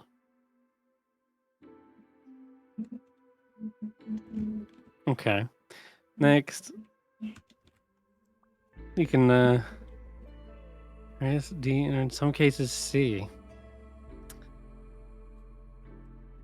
I And think I got it technically- right. I think. Because Let's see technically, like you thunderstep did get it creates correct. energy, which I see. Karius going with a more nuanced answer. But Eirina, yes, you are correct. It is Okay, D. I was just like, I'm Yeah. fairly sure. Yeah. Eirina would know. I can't remember. What naps when a wurzad lios tie sopelbok? They can't cassette any slipples. Iantl. They fned it or ritria it. Or I don't B, know what they. a party pooper, but most of these are leaning towards wizards. It is a wizard wizarding star. This school. is a very biased test. And yet, this is useful information to know. I didn't say that, but if you're basing an exam on something, it's like asking a fish to climb a tree. And he's like, well, I know they don't explode. Explode. Yeah, they don't explode. Yeah. So again, Llyvelin will just start. You'll just hear Llyvelin in your head reading out the question as it's supposed to be, and the Okay. answers. Jamey, yeah. I mean, Llyvelin scribbles their answer pretty swiftly. Yeah, he won't give answers, but he'll make sure Andy knows what the question is in the context of reading. Right. Sinali's answer for that one. That's just a dick. Okay. That's it. That's good. Okay. Andy's not doing well, are they? Damn. Okay. Nope, I put that in the wrong All button. right. Hold on. Let's see. Okay. I think. That is correct. That is correct. Oh yeah, for Krag. Yeah. You know Next, what? I will roll intelligence saves. Sure. Let's do that. I'm like, That's good. I'm sure Llyvelin has done that Pretty good. before. A 14. This is very basic stuff. You realize the questions themselves aren't hard, and yet this catch is a little bit odd and strange. How the words are all scrambled. But 14, you would know the correct answer with that one. Yeah, Krag will do the same one that Okay. I've already put Let's through see. level. Okay, cool. Here's the next question. The Wivai is beset described as a cosmic trapesty of Maeg connecting all tignes, or B, a big invisible separator web, or is it the C, the Lord's lost keumperclated slepel scroll? Or is it C, something you'll understand? What can you've He does know this. pierced the Mridtem? I imagine the jumbled letters just makes it easier for him to read. Yeah, That's Goblin. It's Like- actually all in Goblin, and Krag's acing it. like he's actually just dyslexic. So this is undyslexic in things. I love the Right. last one. Something you'll understand once you've passed the midterm. Excellent, excellent. Like, Okay. I just it's they don't really matter. The funny thing is, Oh. I personally can read these so easily. Oh yeah, like I blink. Yeah. I don't even have to read Right. them. I know what they say. This is Prec- the joys of speed reading. Precisely. Which is very odd in a way, but and this is the last question, and I like No, Melk's answer for that one. Now have the questions jumbled and sometimes upside down. An Orge approaches Renorag and Drenulig. What is your first ignistant? Is it high? Hadai been hid the Phaetra? Or B, Cassette Flyabal? D? Yeah, that one. Andy. Wait, sorry, Sitara's one is supposed to be C for that. Oh, no. One for It the goes- one. Satara is C, okay. No, Oh, A, right. Satara's A, yeah. I'm behind the fighter. All right. That concludes the written part of the test. And it seems most of you got at least either 5 out of 5 or 4 out of 5, except for Krag and Oh my god. Sinali. wow, another nat 20 for Krag. You might just scrape through this exam, Krag. Yeah, Krag went for the same one that I've already put then. But Okay. he scratches it out and puts this instead. Scratches out a word. Okay.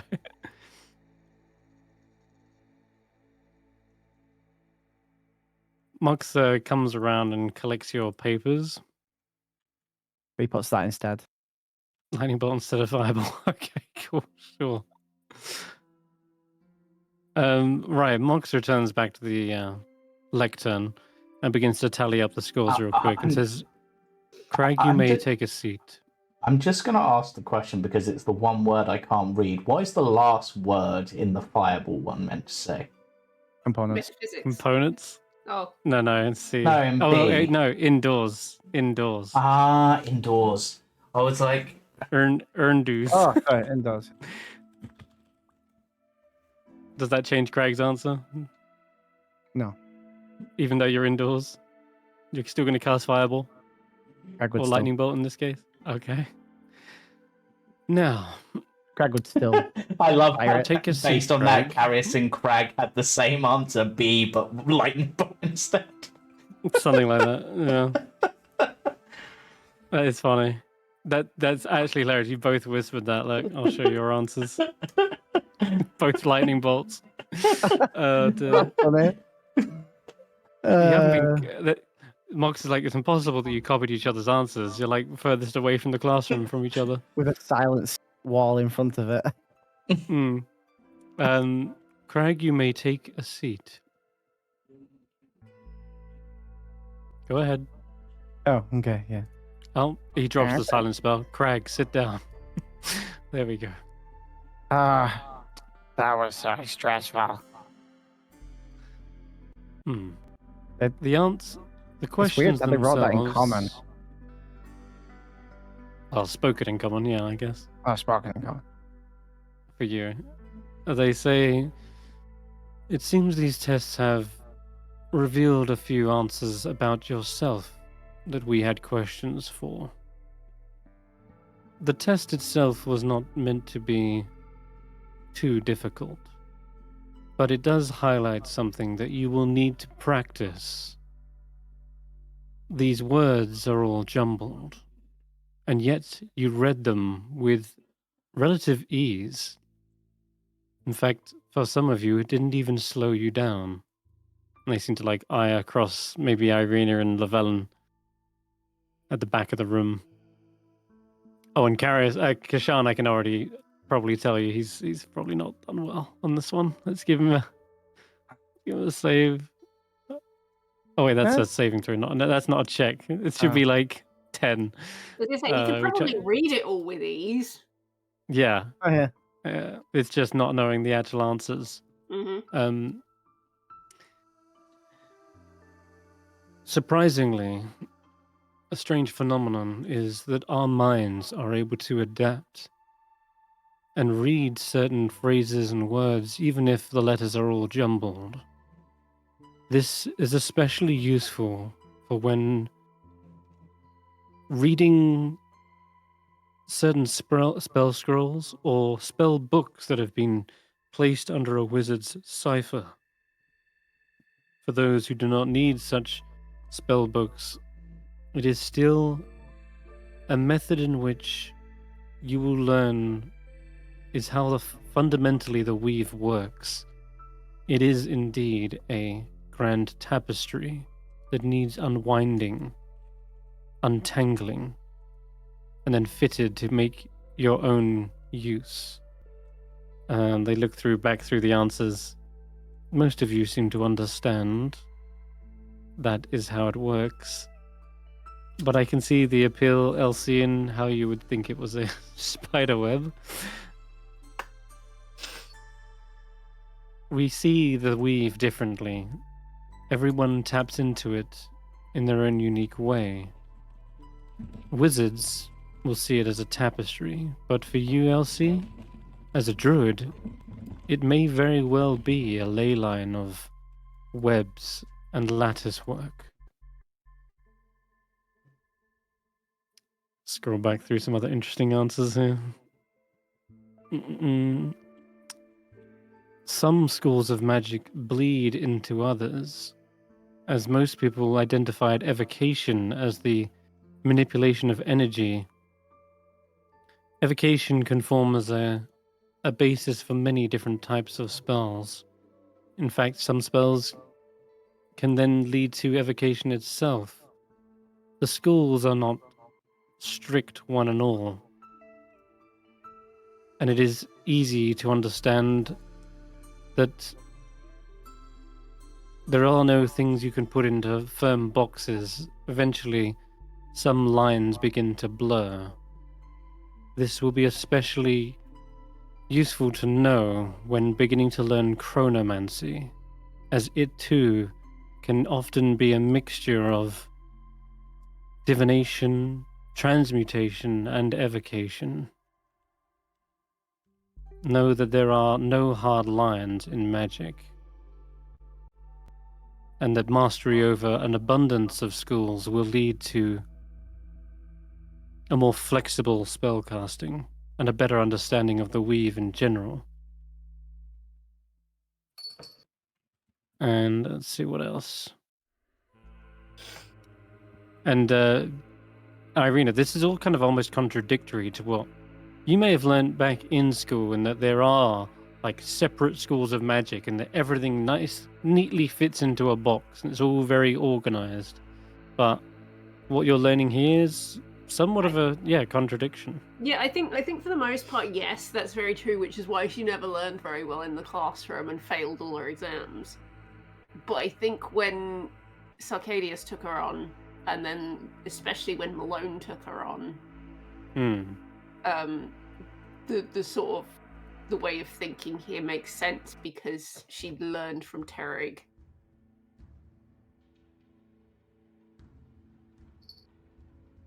From Sarkadius, you mean?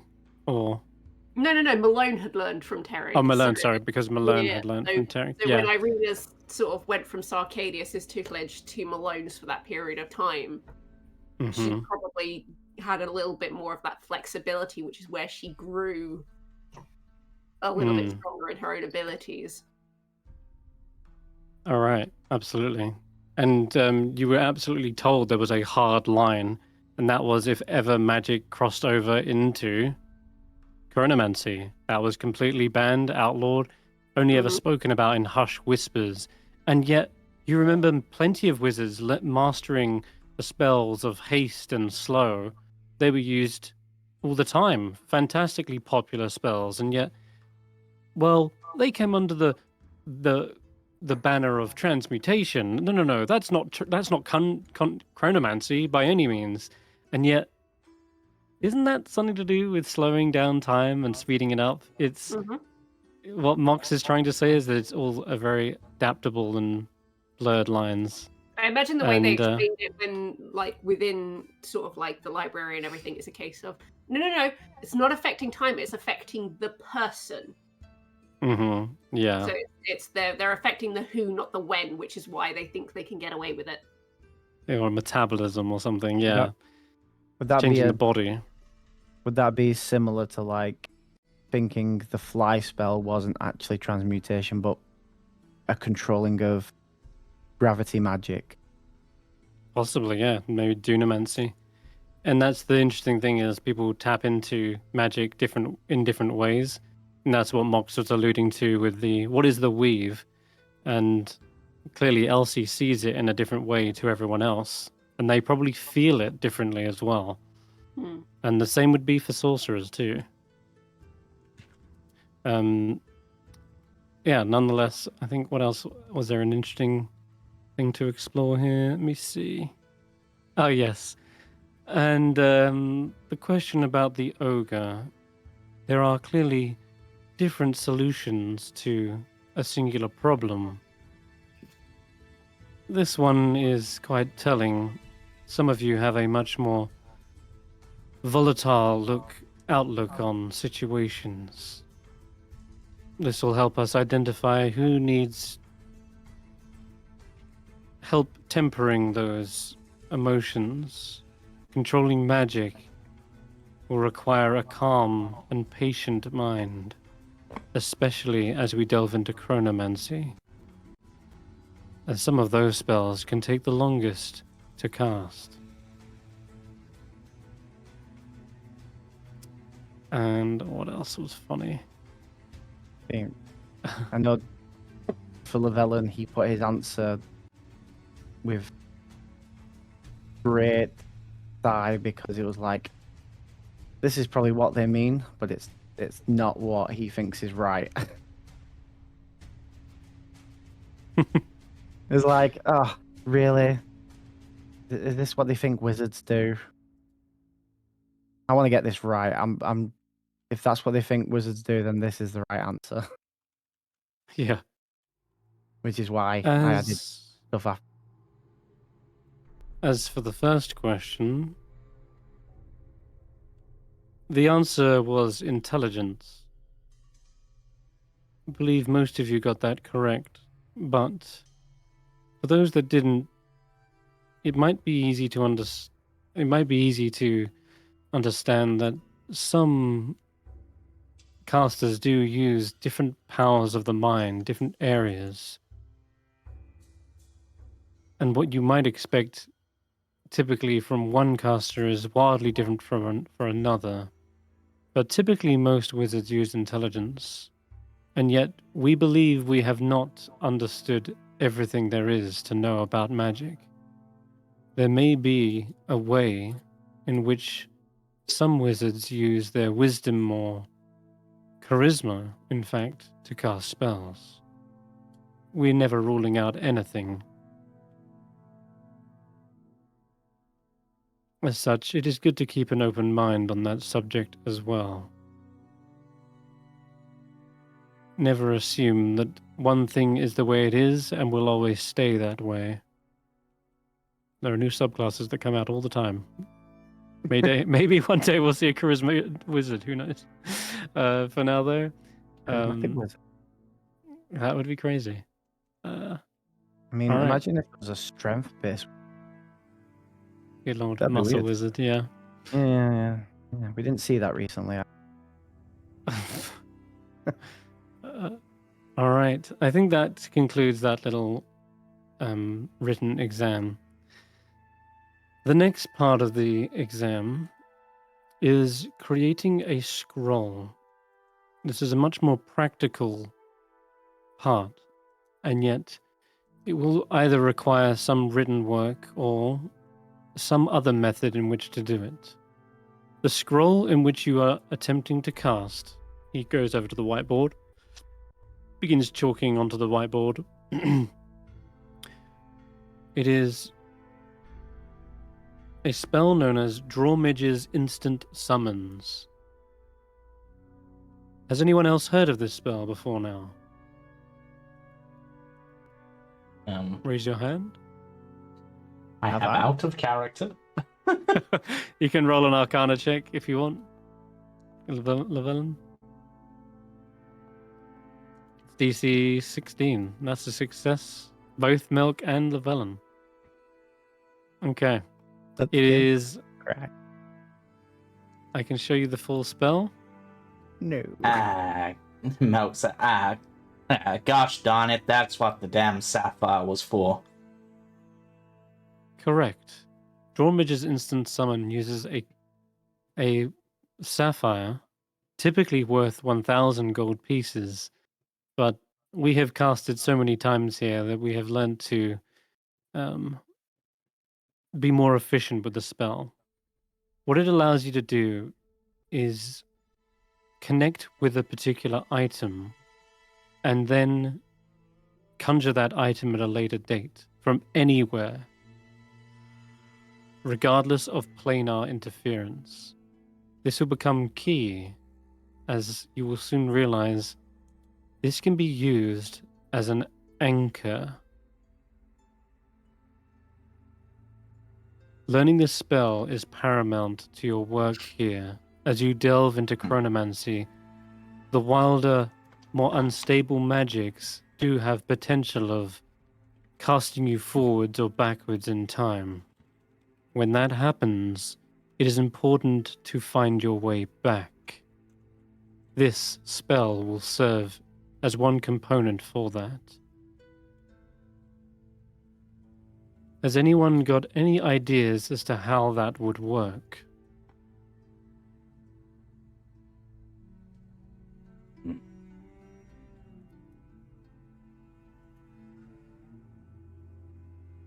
Sorry, repeat the question. Sorry. He says that you're going to use this spell to create an anchor in time so that you can find your way back if ever a spell goes awry. Maybe you go too far in the future or too far in the past. Is there any ideas as to how... They're asking the question, like, do you have any ideas as to how this spell would help in that? Because... My brain is now like, was there a sapphire anywhere on the robes or on Egbert? Yes.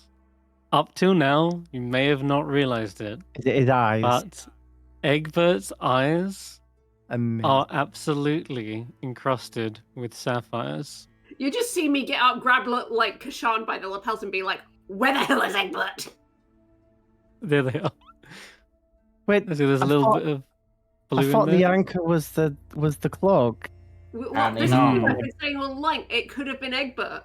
Oh my god, it was But Egbert I'm all shaking along. Kesh'an. Where is the bird? It's right here. And they pull Okay, out I'm picking Egbert. up Egbert, and I am like, yeah. Ah, I see you have already created one before, Kesh'an. Kesh'an has already Kesh'an is like, yeah, I hatched it from an egg. That's how you make one, Very- apparently. Hatched from an egg, you say? Yep. For others, you may need to use the assistance of a find familiar spell. Or, if you are already intent on using a separate familiar, we will need to use a true polymorph spell. And you see Terig, he is the one who reaches forward on the desk and lifts up some very ornate looking scrolls with fine ink and parchment. And he passes them, gets up and passes them to Mox, Wait, do you? and then You- sits back down. So you use find familiar, and you give your familiar the sapphire, and then you can cast it on the sapphire as binding where it is, because the last part of it, if it's worn or carried, is it something similar to that? They say it will require potentially these three components: a scroll of true polymorph, a scroll of Draw Midge's instant summons, and potentially the use of a find familiar, though it may not be necessary. I mean, you could turn your familiar into a sapphire with true polymorph, I guess. That's true. But Feel free to write your answers down on the blank piece of paper I provided. So you can basically go one by one and figure out how this would work. This is part of the exam, is how do you create an anchor in time using those three things, those three spells. True polymorph, by the way, they will write out on the chalkboard for you, because that one they don't suspect any of you have learnt it. How this works is So you wait. can turn. It Sorry? was. Sorry, I'm just trying to write these in the chat so I can, because my brain's not holding them. True polymorph. Mm-hmm. Find Draw Midge. familiar. And Draw Midge's instant And- summons. Draw Midge's instant summons, yeah. So if you need me to bring up those spells, I will. Yes, please. Okay, so this is Draw Midge's. Keep that open on a tab. Okay. This is True Polymorph. And even though these spells clearly have a whole lot of rules, there is clearly, you're starting to learn more and more that the wizards here under Terig's guiding hand seem to have ways of bending and breaking these rules. So think creatively, is what Mox will say. Those are the three spells that can potentially be used. You don't have to use all of them, but they're saying that they can involve them. And of course the sapphire as well. And key to that, Mox has also drawn up a diagram when he was describing how they've managed to make the spell more efficient. He's saying that it only uses up half the amount now. So there's a potential that you can have two sapphires, because you've already got one that's worth 1,000 gold.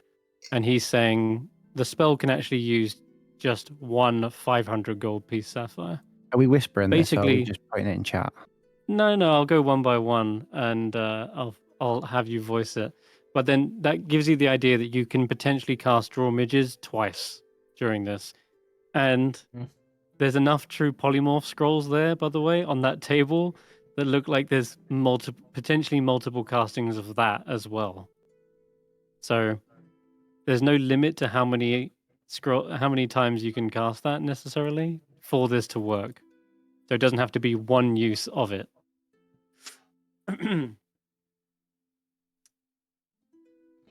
If someone's got an idea already, they can start us off. Yeah. This is Okay, my Llyvelin. So if I was Okay. to summon my raven, give it an object, Mm-hmm.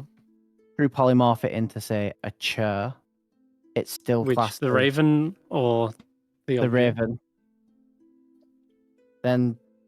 Then the raven chair would still have the object because don't you suck an object into you? Anything that's worn or carried.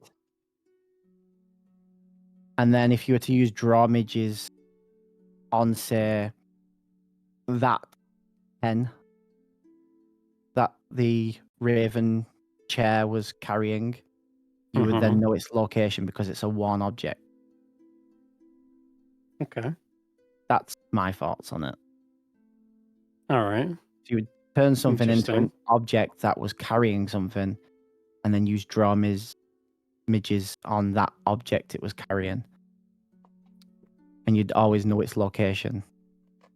The anchor's location, yeah. Yeah, the Yeah. anchor. The essentially the anchor, yeah. So the Okay, object and it was then carrying would be you're the saying anchor. knowing its location, you'd be able to go and find it and work your way back through time. Is that what you're saying?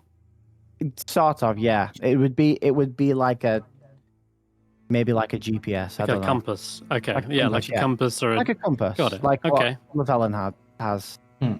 Yeah. All right.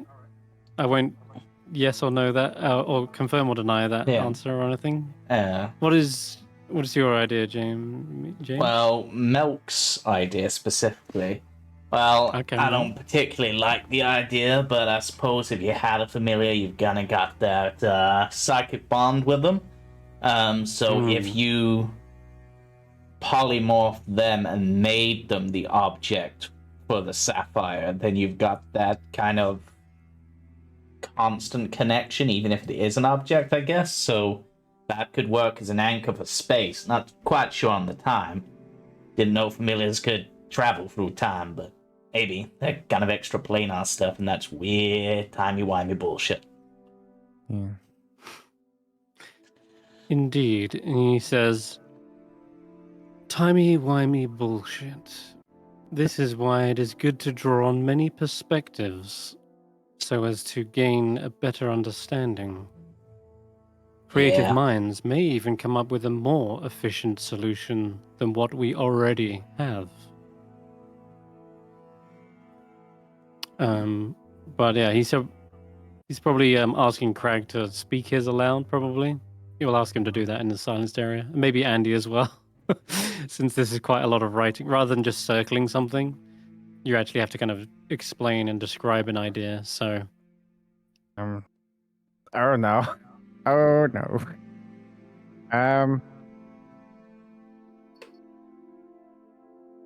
We can come back to you, Krag, if you wish. If maybe I can turn myself into something that can travel through planes and existences. And Turning yourself into an object. yeah, no, not into an object, just like a thing that can travel through different, like a super magic beast or something. And I can go through planes and I can go where I want. True polymorph into some sort of time-traveling dragon you're proposing. Yeah, and when you cast the draw images spell, but don't crush the sapphire because it's shining, I'll keep it. Very well. Yeah, time traveling, plane traveling dragon. Cool. Yeah, I'm glad you came up with that idea. They nod.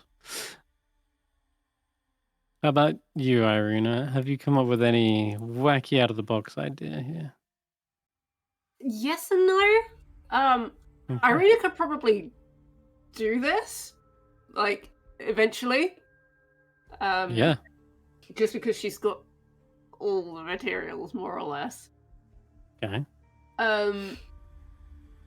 So, true polymorph object into creature using the raven skull that she's got in her pocket.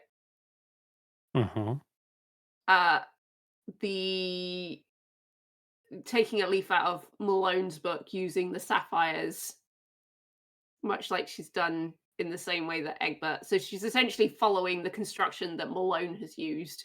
Right. Yeah, you've got a little advantage here because you've seen the setup Yeah. and you know what type of object is perhaps used as part of an anchor. Mm-hmm. And obviously she's kind of, she knew what Malone was kind of doing in a sense because they'd obviously had that brief conversation before Eirina went in. Mm-hmm. And like obviously she's had a couple of conversations via letter with Malone, or obviously a little bit all over the place. And then obviously having seen Egbert go from egg to fully hatching. Yeah. So it's essentially, but she's doing it in the reverse way because the raven skull, the bird's already dead. So it's almost, it's kind of like time because obviously Malone's gone from pre being alive, whereas Eirina's going backwards from post being alive. Hmm. But essentially the structure, I imagine, is quite the same. So how would that work step by step? You write this down. What do you do first? Because you remember Malone had a chest. In that chest was her robe of the Archmagi given to her from Terek. Very, very sentimental item, and that was wrapped up the egg that had effectively like her familiar, right? Mm-hmm. Kesh'an obviously hatched them. It's imprinted on them instead, but clearly there's some sort of a similar sort of familiar like aspect to them. And them saying something like find familiar is optional kind of matches that in this case. So what do you propose step by step? How do you create an anchor in time? So using those spells. Tricky one to try and muddle out in my brain. I know the concept. You're just not sure how the pieces fit together. Which is actually that is the test. Is like they're giving you all the pieces and telling you what you need to accomplish. They're just seeing how you use those pieces to do it. So brain says find familiar. Because I know Malone had a familiar and it was a bird. Okay. Brain then says give the instant summons Sapphire to bird. Okay. Then true polymorph them as a unit. The true polymorph the Sapphire or the familiar? I've given the Sapphire to the bird, so like whether it's ingested it or whatever, it's eaten it. It's part of bird. And then part of bird. Polymorph it.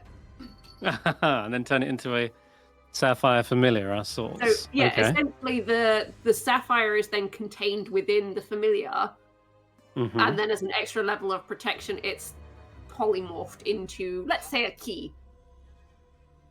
Interesting. So then if I want to use it as the anchor, I then put it in a door. And then when you turn it, it's almost like an ignition. Now, what you're proposing actually diverges from Malone's, because what you're suggesting is that you have the key on you. So let's say you do go getting lost in time. Let's say you go too far forward or too far back. You've got that thing on you. You've got that key to try and pull yourself back, right?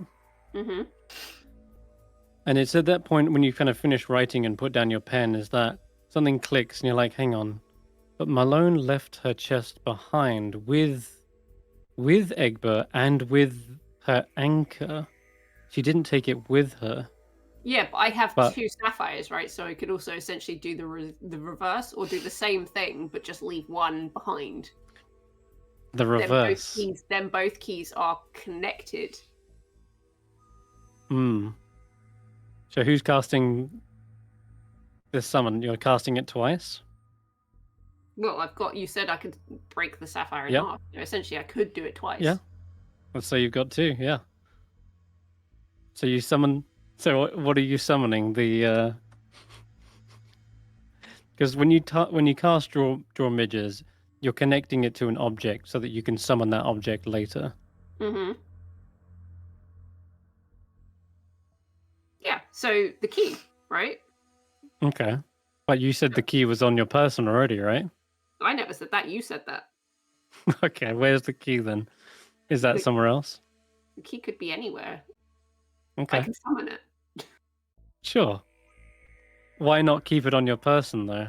I guess is a better question. Why go to the extra effort of needing to summon it when you could just have it on your person? Yes, indeed. Lots of little holes left over here. Hey, you just But- asked me how I would do it. I'm telling you how I That's do cool. it. You didn't ask That's me cool. why. That'd be the marking process. That's what Mox's notes come back as after he Look, finishes Max. writing. When you figure out the Mox. statue in the library, then you can judge my answers. Mox does seem to underline the word reverse, though. You came up with the idea, what if you reverse it? And Mox has put in the margin, maybe you're onto something.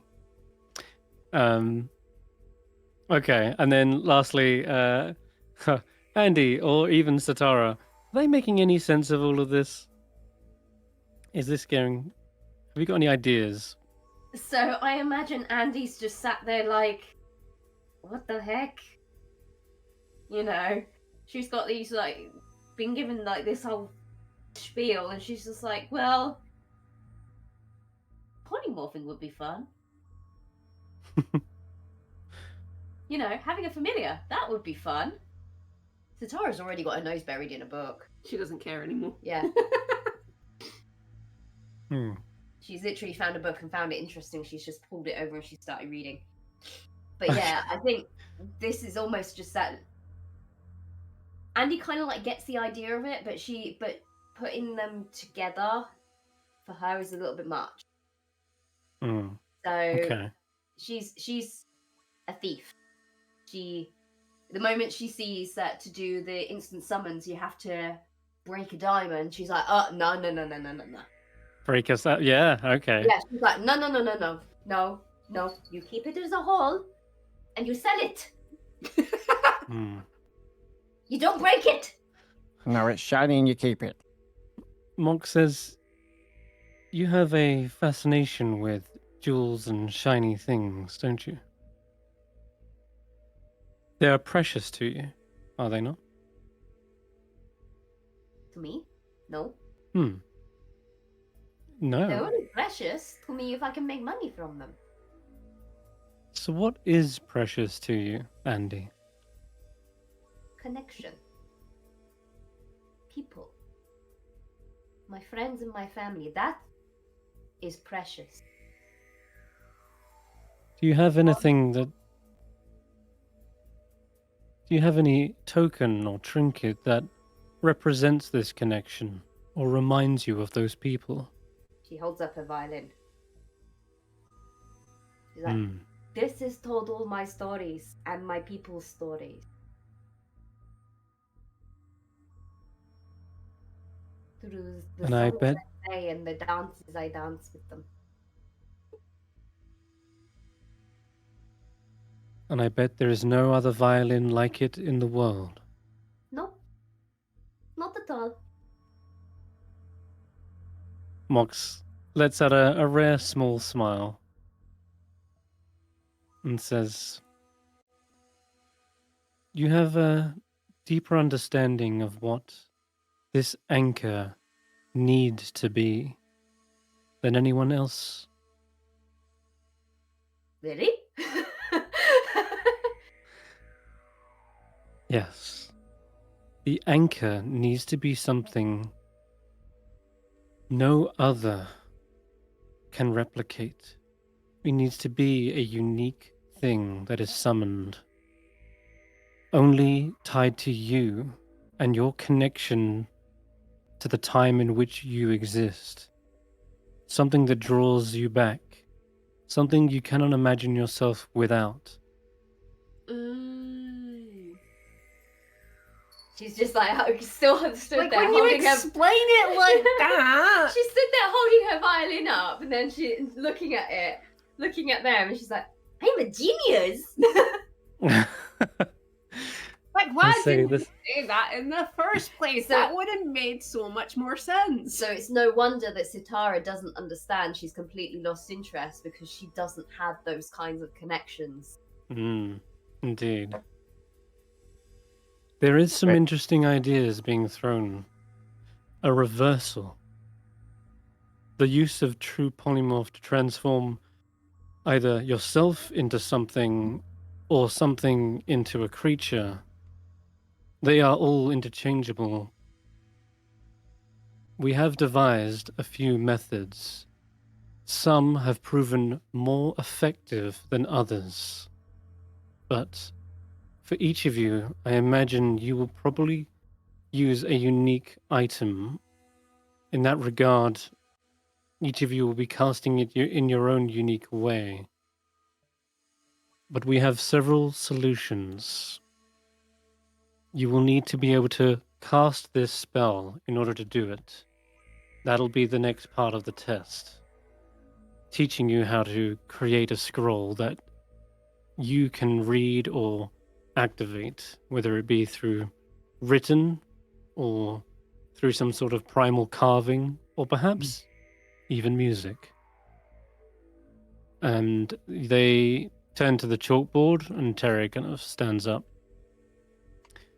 And as he's flipping it over, I'm seeing Karius and Llyvelin. You've got more ideas or added something? You can always raise your hand if you want. Yeah, I mean, If you wanna.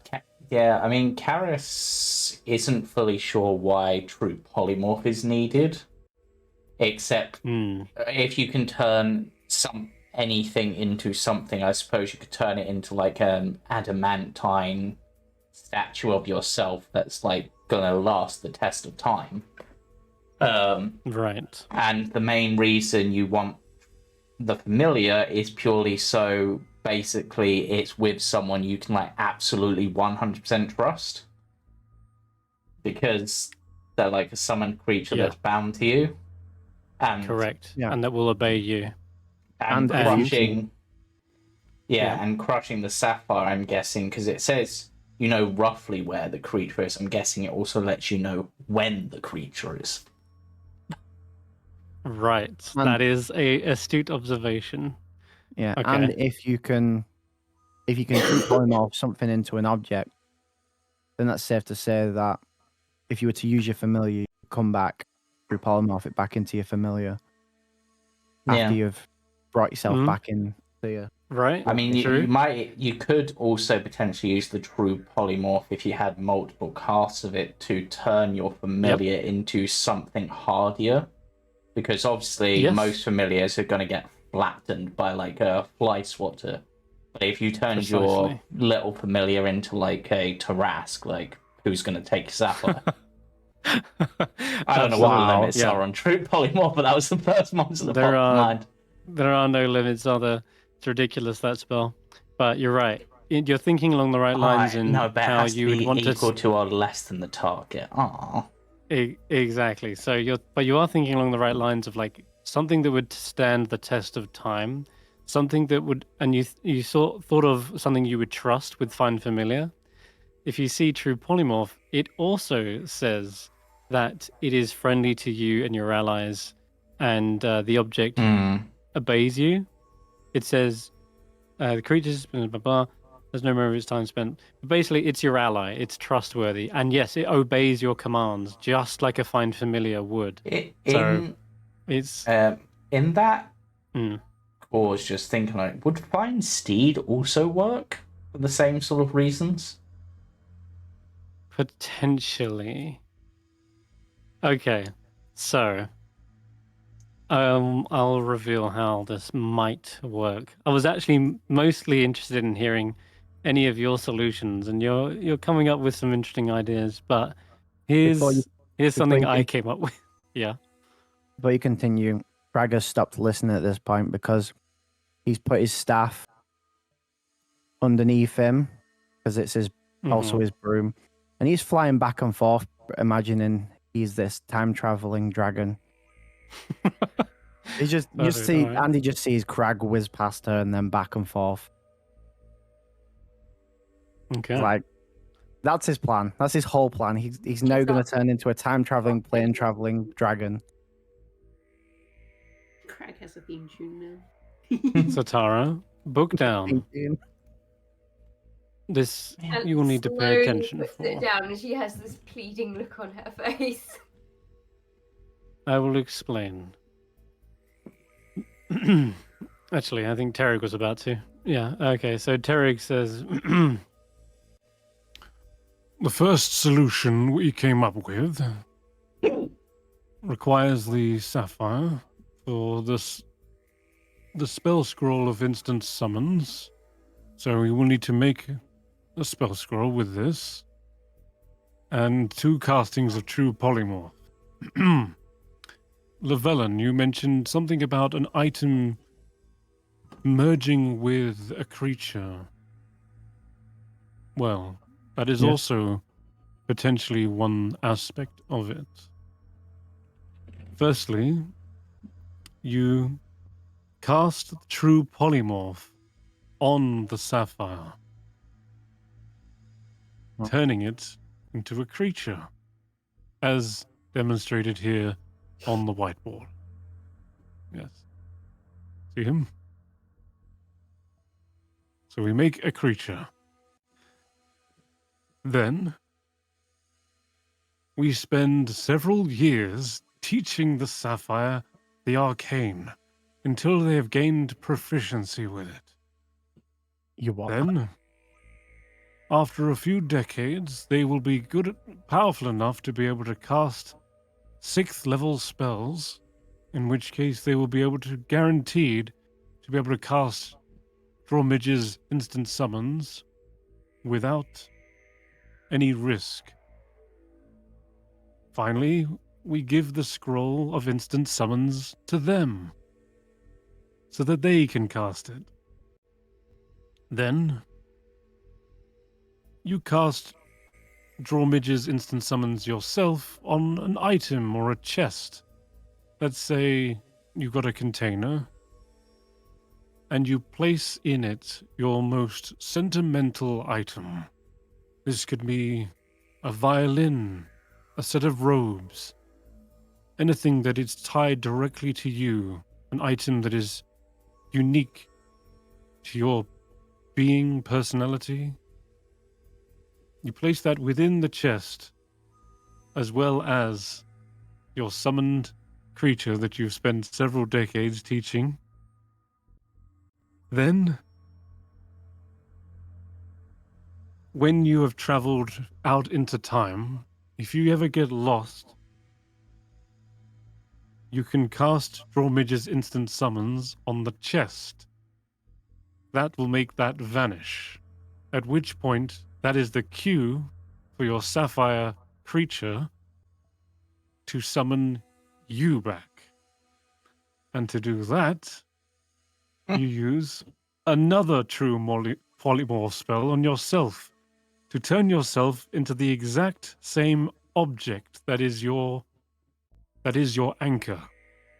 Because of its unique aspect, there can only be one of these objects in time. One exists in the past, and yet you are turning yourself into it now in the present. This is if you've traveled forward in time. Thus, you will become that item, at which point your sapphire familiar will cast the final use of Draw Midge's instant summon scroll and summon you back as an item, back through the planes and back into your current time. I've got Does all of that make sense? legs and I'm shaking it just like Malone. Wait, Like, no, I'm no, back in the classroom, just like turning Egbert like upside down and being like, "What the hell? no. Wait, Why no, did is, Am I wrong in Malone- this? Egbert, What's going on?" Egbert would have been the one that summoned Malone back. Does that mean Malone right. was the? Did I wear Malone for like a whole arc and a half? But also the robes are broken. Did I damage are. Malone? You've damaged the robes, yeah. But supposedly Malone is the robes, going off what you just explained. Well, Not if they'd been quite. summoned. The robes would disappear. If she'd cast True Polymorph on herself, the robes would disappear as she becomes the robes, at which Exactly. point Egbert would cast Drawmage's instant summons on the robes, summoning them back, and then polymorphing them back. Oh wait, no, but the chest was still there, so everything was still. We broke the anchor. We Uh-huh. broke Malone's anchor by taking the stuff out of the chest. You did? But there also wasn't a scroll of like No, there Drawmage's wasn't. instant summons.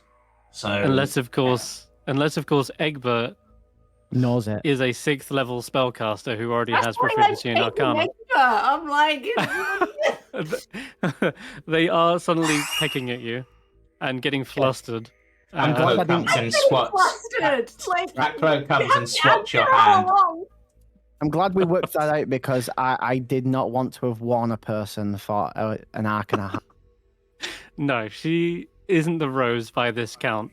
What would have happened is if she ever got lost, she would summon the chest, that would disappear, and that would mean Egbert would go, all right, the chest has disappeared.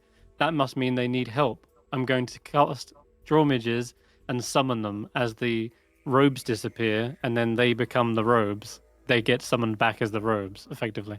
Wait, Something wait. like that. So what happens if the thing is taken out of the thing? Do we need to go Then- get that chest? There is... Hold on. There is another solution. I see the panic in the classroom, but let me... Well, Mox, why don't you explain this? He sits back down, and you see Mox turns over the chalkboard and says, "There may be an easier way, and less complicated, though it does require a find familiar spell. The anchor, as a representation of you and your location in space, it anchors you to that time. You can trick the weave into thinking you are within 100 feet of your familiar, since this is a representation of you. You may have been transported elsewhere, but your item, it almost is you in a way. If that is the case, it allows you to cast touch spells through your Find Familiar. Drawmages is a touch spell, allowing you to cast it through your familiar no matter which place you are in time. However, in order for them to summon you and not the item, because Drawmages only summons an item, not a person, you will need to cast the spell in reverse. They look towards you, Eirina. That can be tricky, especially since the words are all jumbled up. Hence, the exercise we did here today. You will need to pronounce it like this.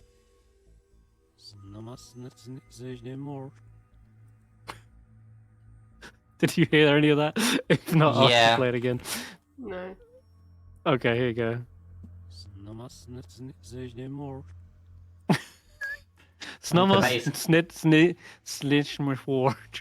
It's basically what he said. So basically, Drawmages in summons, but said backwards. You will need to speak the entire scroll's incantation. And he holds up a scroll of Drawmages, and yeah, you'd have to say the whole thing in reverse.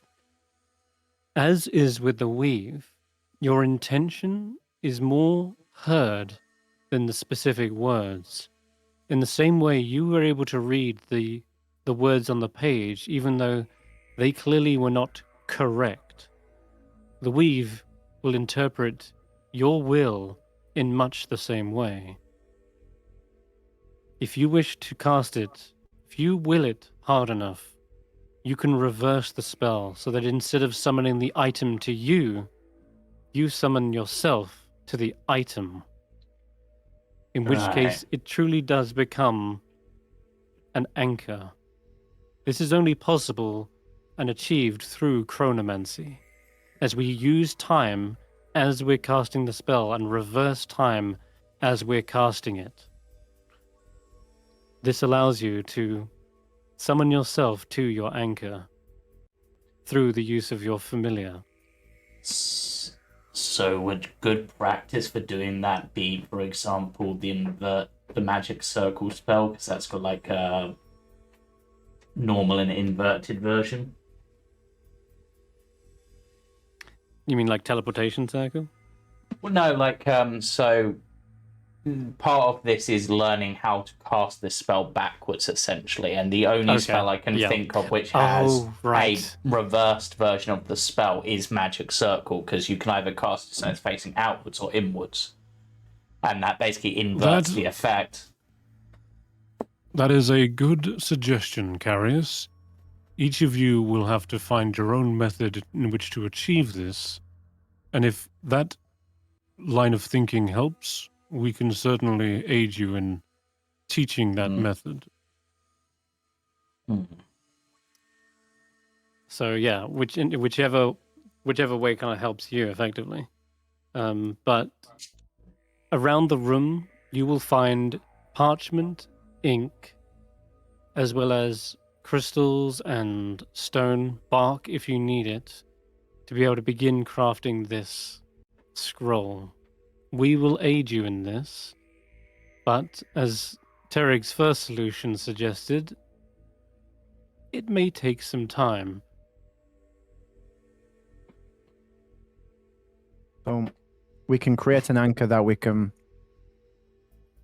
know where it is at all times, but if we want to create one that we can instantly be teleported back to through time and space, we have to spend years and years and years and years teaching a creature how to learn the magic, which is why you guys are all here in a Tower of Time. Is that correct? Yeah. That is correct. Time is of little issue in the tower.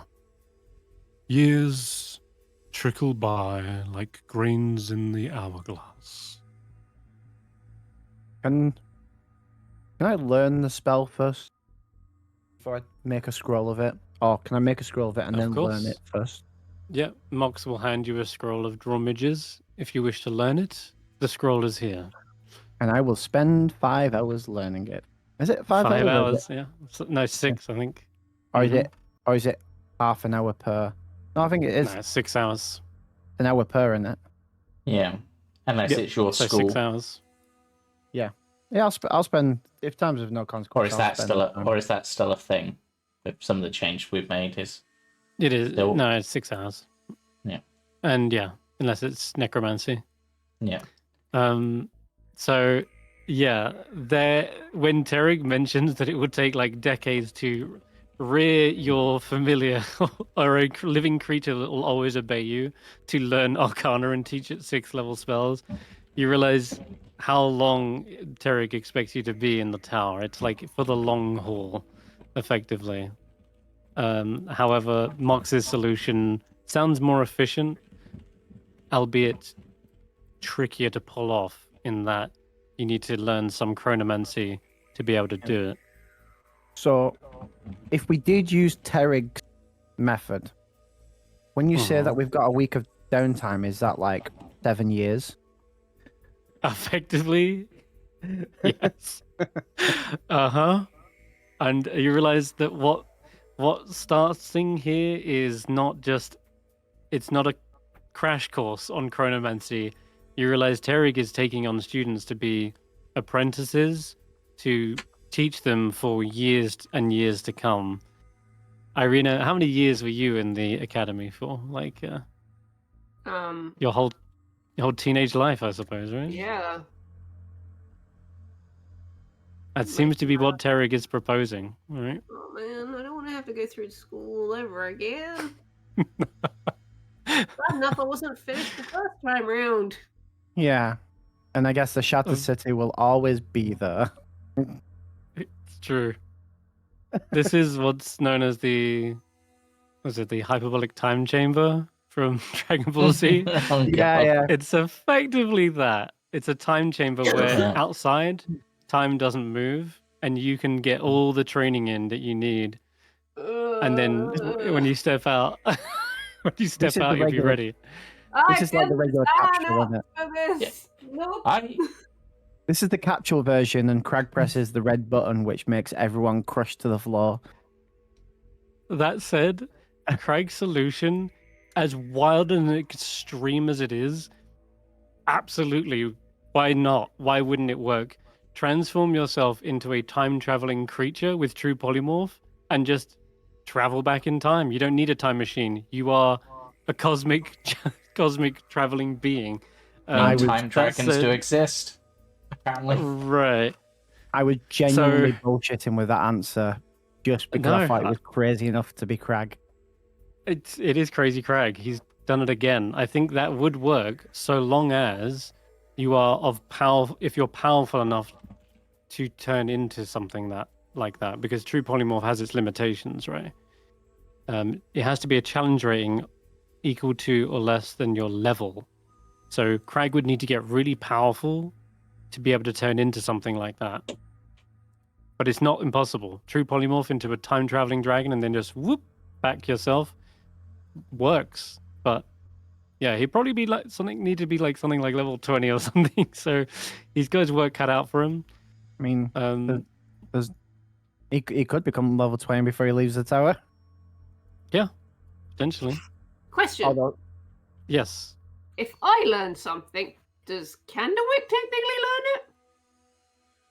learn it? You're trying to then say that Candlewick could be your anchor and cast it for you? Yeah. Now, absolutely. I think out of everything, the most iconic piece of Eirina's Because I can shtick also is summon Candlewick. Candlewick to me, provided I have the scabbard. Yes. Yes, you could. But you need them to summon you. Yeah.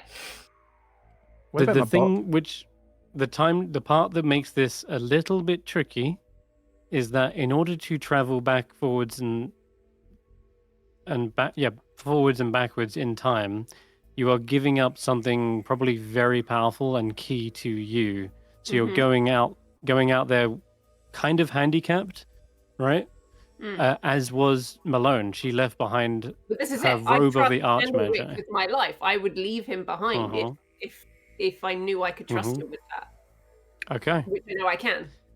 Then yes, and I think out of everything you own, I think Candlewick truly is one you trust, and two, certainly a sentimental anchor that you would never be without. Right? There's only one Candlewick, so yes, that would make a perfect anchor.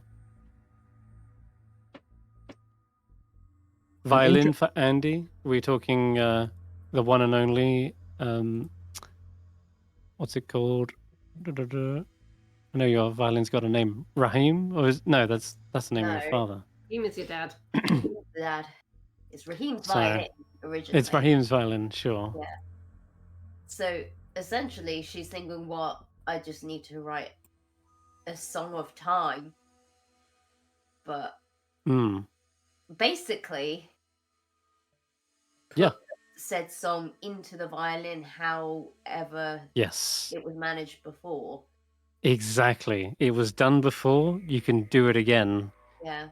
Each string was like a song. She looks to the teachers.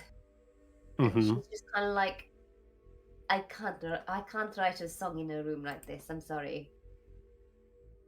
I can take you back to the Fantasia room if you wish, Horace says. Yeah, that might work. I just... There's too many people in here for me to compose, I suppose. I suppose compose. Normally I don't have to think this hard when I'm playing, because a lot of the time I don't write my music down. know how to, but my music is always spontaneous. So, yeah. So, They can she give you. the space that you can kind of like compose in. Yeah, certainly. I feel a Orish is bit even like happy to. Mickey Mouse in In Sorcerer's Apprentice. Fantasia, yeah. Yeah. Oh, yes, definitely. And Orish is also happy to conjure up illusions on the walls that conjure a more inspiring sort of scenery as well. Yeah. Okay, sweet. All right. So that's how Andy's going to get to work. And the violin is certainly going to be a fantastic anchor for this. And don't forget, you only need to, say, deposit your anchor when you plan on going out of time, right? It doesn't have to be used up right now. You're not giving up anything now. It's only when you're ready and prepared, and that's when you set it up as an anchor. Cool. All right. Then what about... Oh, Llyvelin, you said your book. Yeah, I was wondering about that, but then if I'm too far away from it, bad things happen. That is true. Um, But that's to do with space, not time. That's like oh, what Fox said. Like, it's you're not moving away from it, really. yeah, you're always classed as if you're 100 Mhm. within 100 feet because you Exactly. can use touch. So the book Exactly. would work Tricking the because weave. the book is already a part of me, and I could essentially get the book, which is my cut off hand, to cast the spell to bring me back at any moment in time. True. Out of everyone, Llyvelin, you'd probably have an easier solution. And honestly, it makes sense. You are the wizard, after all. Well, So you don't have to rely on scrolls. It does help, tying yourself to a being that becomes a part of you. Oh yeah, you made that sacrifice a long time ago. That commitment, rather. Sorry, what did I say? Sacrifice? Sorry, I meant commitment. Yes. Okay, cool. So yeah, that would work. Grimoire stays behind and casts drawn midges from itself to you, but you would just need to true polymorph yourself into an item. Yeah. So you would need to take a scroll with you. Are we allowed to take these scrolls with us if we ever did leave? Monk says, consider this another part of the reward for passing the exam. If you successfully create a scroll of drawn midges and cast it, then you will be gifted a scroll of true polymorph. The same way you were gifted or rewarded a sapphire as for passing the first part of the test. And you've got plenty of these gems about, yeah? The sapphires? Yeah. You already have one. That was from your plum bomb. Yeah. But it's just, earlier you said you had like inks and gems and stuff. That the red ink has. Those sapphires we don't give out to anyone. Those are all unique to you. But ink and parchment we have in abundance. And Terig is here, busy scrolling down true polymorph scrolls. And you see he's actually at the desk, like writing these scrolls. That's what he's been doing this whole time, is making more true polymorph scrolls. And you can imagine he's been doing this for a while, because it would have taken a long, long time to make just one. And he's got a stack of them. Okay. So the Grimoire for Llyvelin. And what about Karius? What would be your anchor in time? Well, that's the thing. I can only think of one thing, which would be for him to remove his horn again.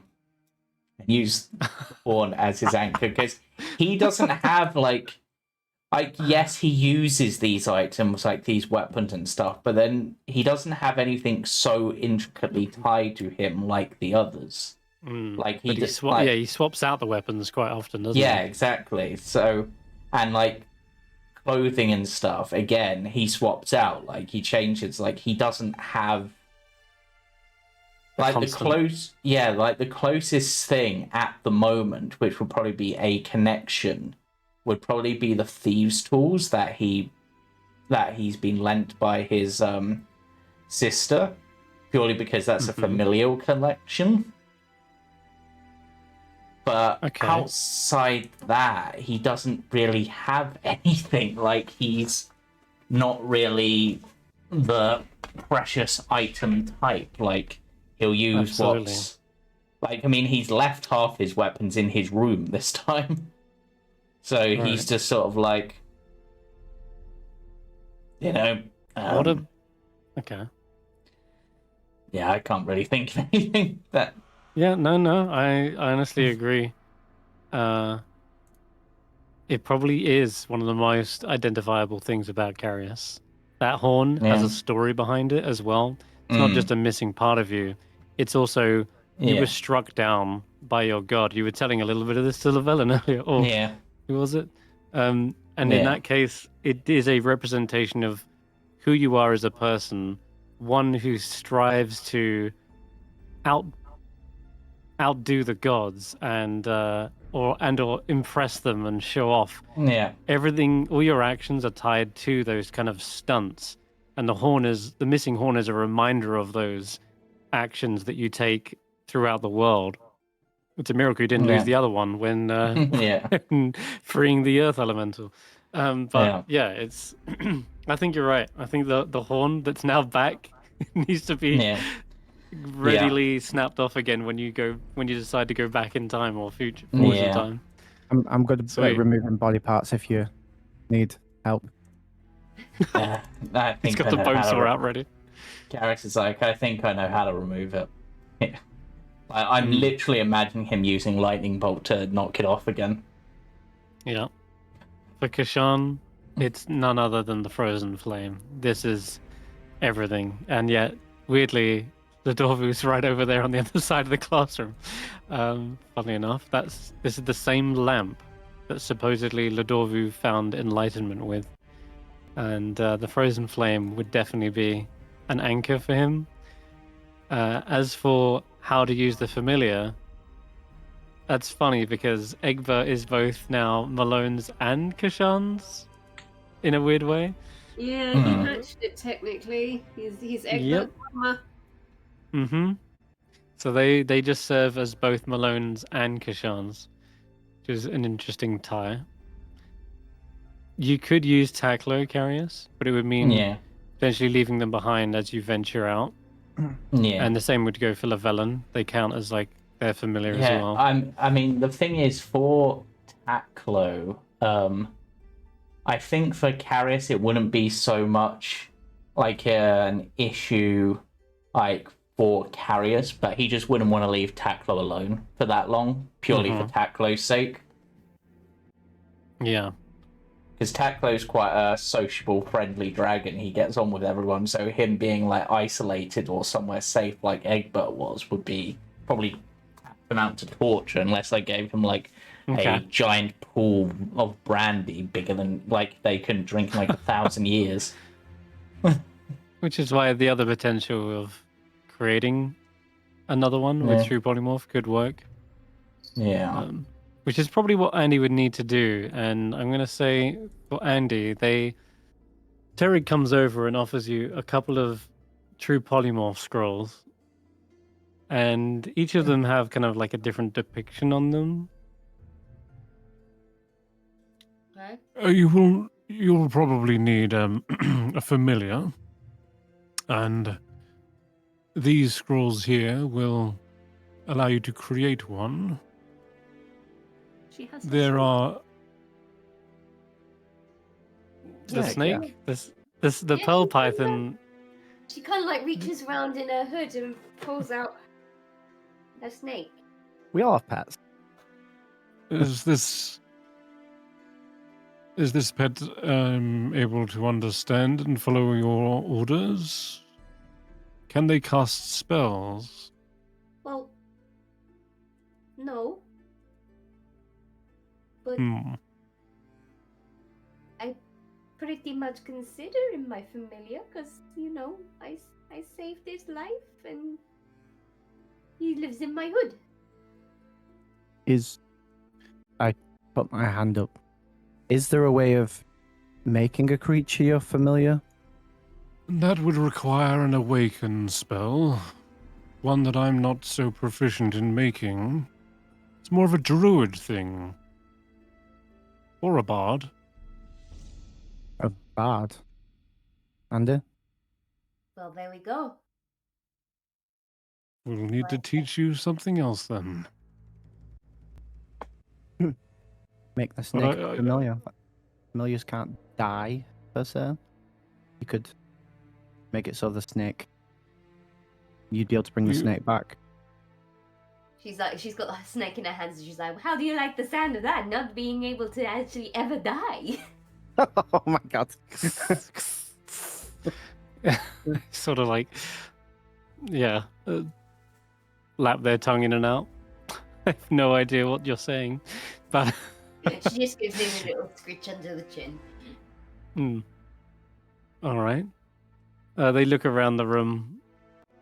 And Tarek's like, But are you sure there isn't anyone I can't convince to take the sapphire as the as your familiar? You don't want a little blue chunky fella? Sinali raised a hand and goes, "Does it have? What?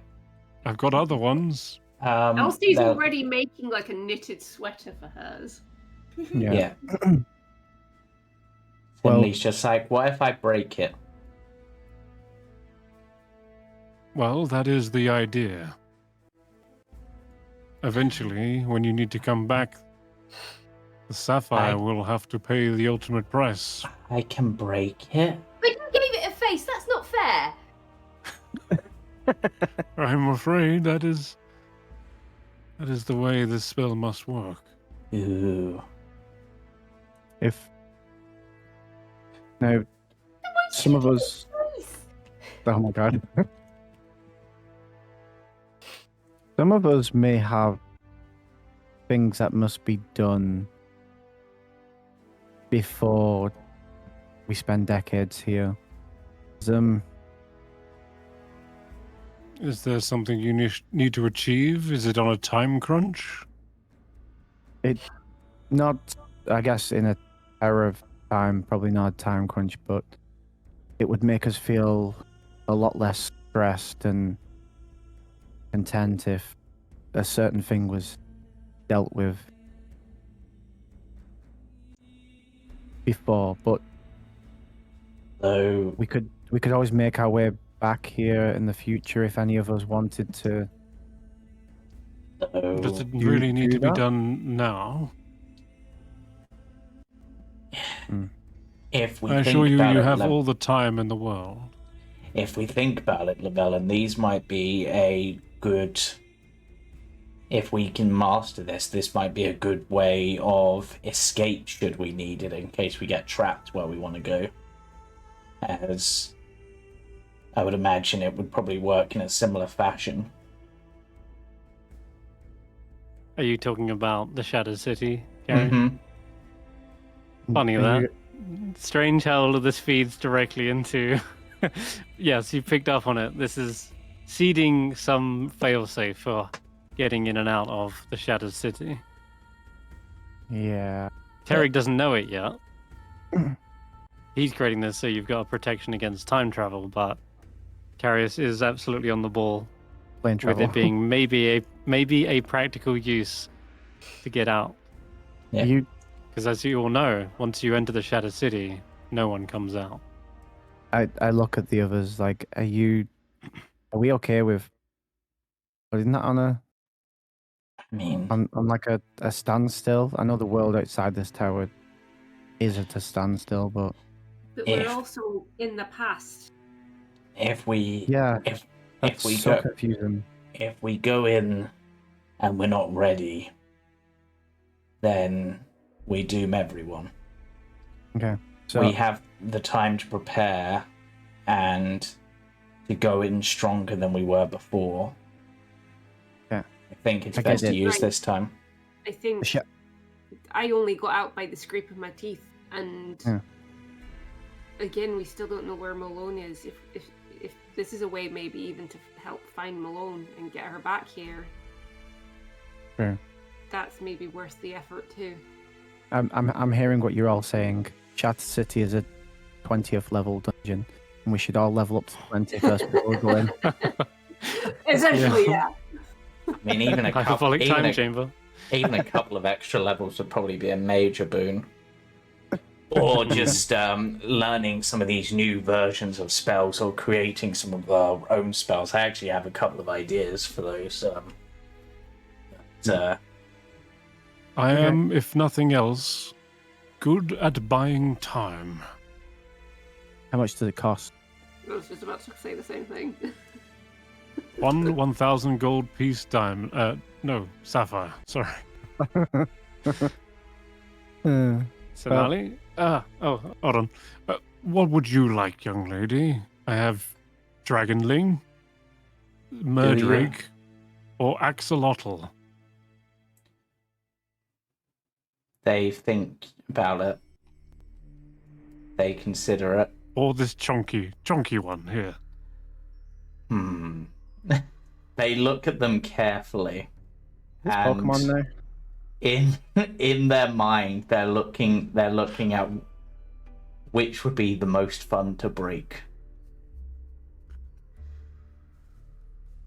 This will be your companion. You'll be teaching them for years.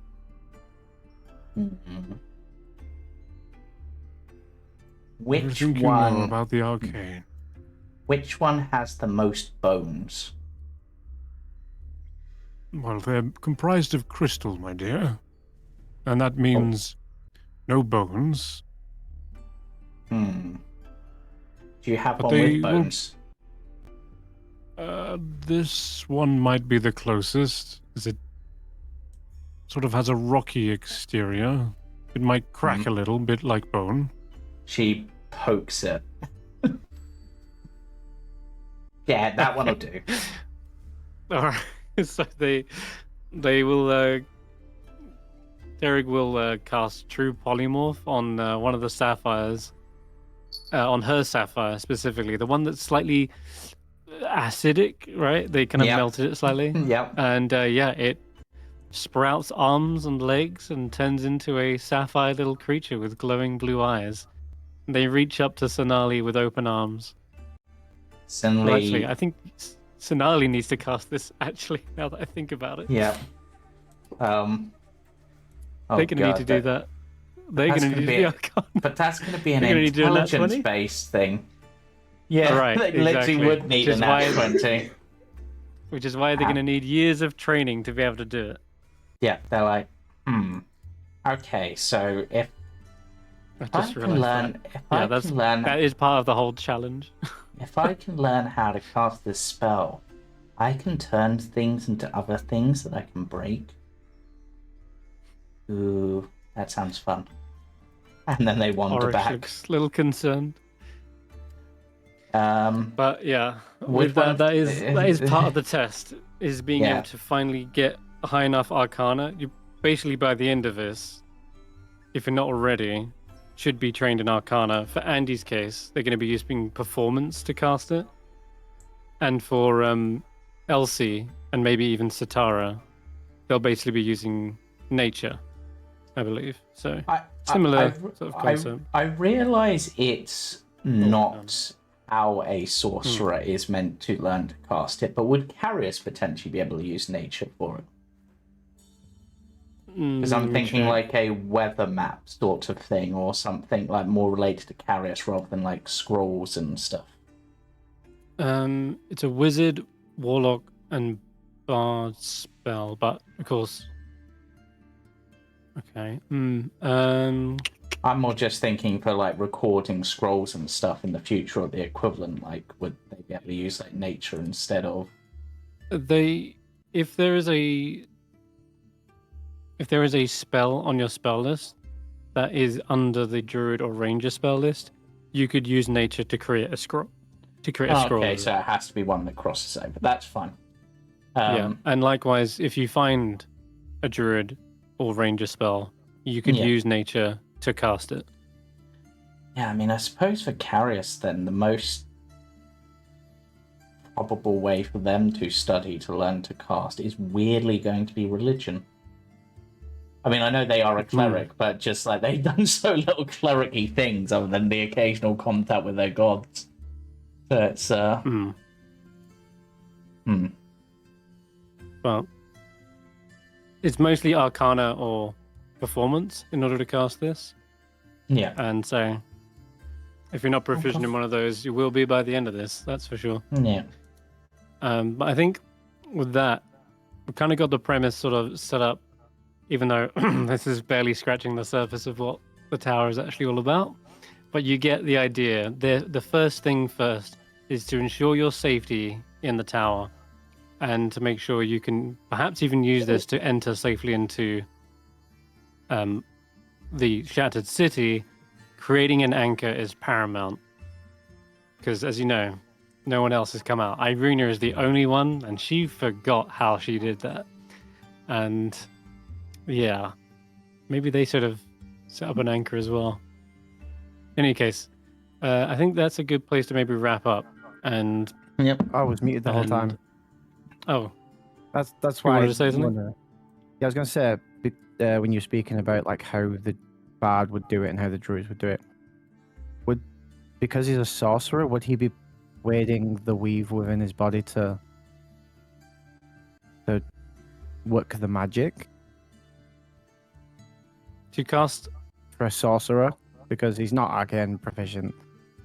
Would he be persuading the cells in his blood to work in that sense? Like, basically what I'm asking is, would he be able to use persuasion to do a scroll? Because as a sorcerer, it's in his blood rather than it being... yeah, I get what your spell casting is, but the spells that are being listed here they're from the wizard and bard spell list, so they're either Arcana or Performance. So actually, like it might be better. It would have been nature. Right. To be honest, you're right. Yeah, they would need to get Arcana as well. But for Krag, it might actually be better to learn from Andy in this case. Because they're going to be able to use they will have to, I think under Andy's tutelage, Krag will be able to cast it much, much easier using Performance. It's time to learn instruments. Yeah, well, I do have a hand drum, but if you want to perform like my theme tune while I learn how to be a dragon, that would be really cool. Why don't you just come to the room with all the music with me and learn how to play your own theme tune? Oh. He's dancing around you right now. Yeah. Cool. Jingle plate. Okay. Yeah, that's true. Because then he can dance around and all he's got to do is shake the jingle plate. She puts the jingle plate in his hands and she's like, learn to feel it. He goes straight to the drums. It is a drum.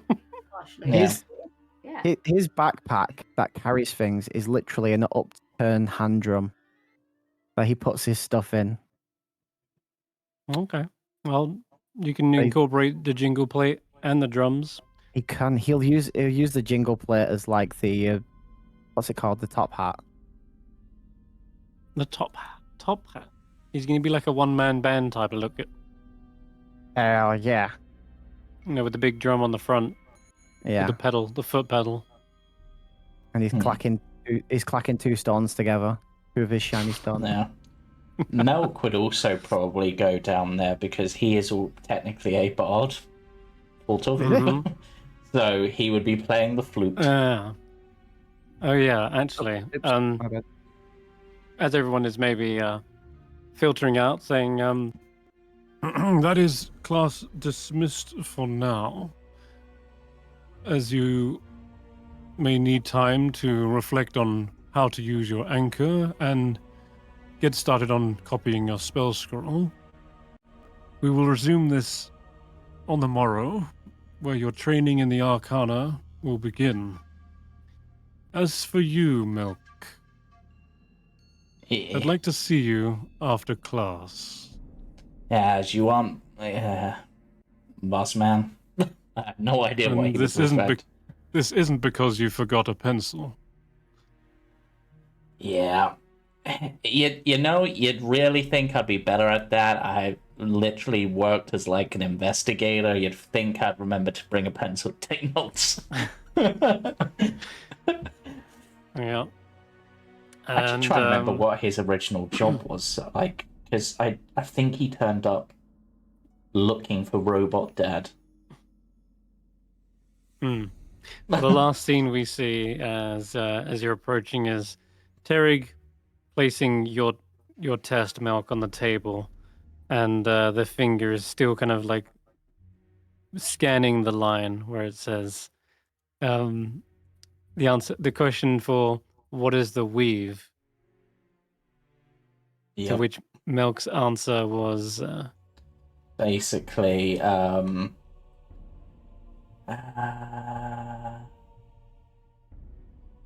was something I'm no longer connected to.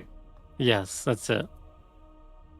The weave is, and it's answered, yeah, something I'm no longer connected to. And you see Terig's kind of like scanning that line with the finger and looking at you with a concerned look. And I think that's where we will end tonight's session. Yep. But thank you guys for playing, and see you all hopefully next week. Yep. Where we continue our next class. Yeah, but until then, join us Sunday for the Icewind Trekkers, Monday for the Jumping Junipers, Tuesday for the Mistake, and Wednesday for the other Icewind group. And as we said, we should be back next Friday. Bye for now. Bye for now.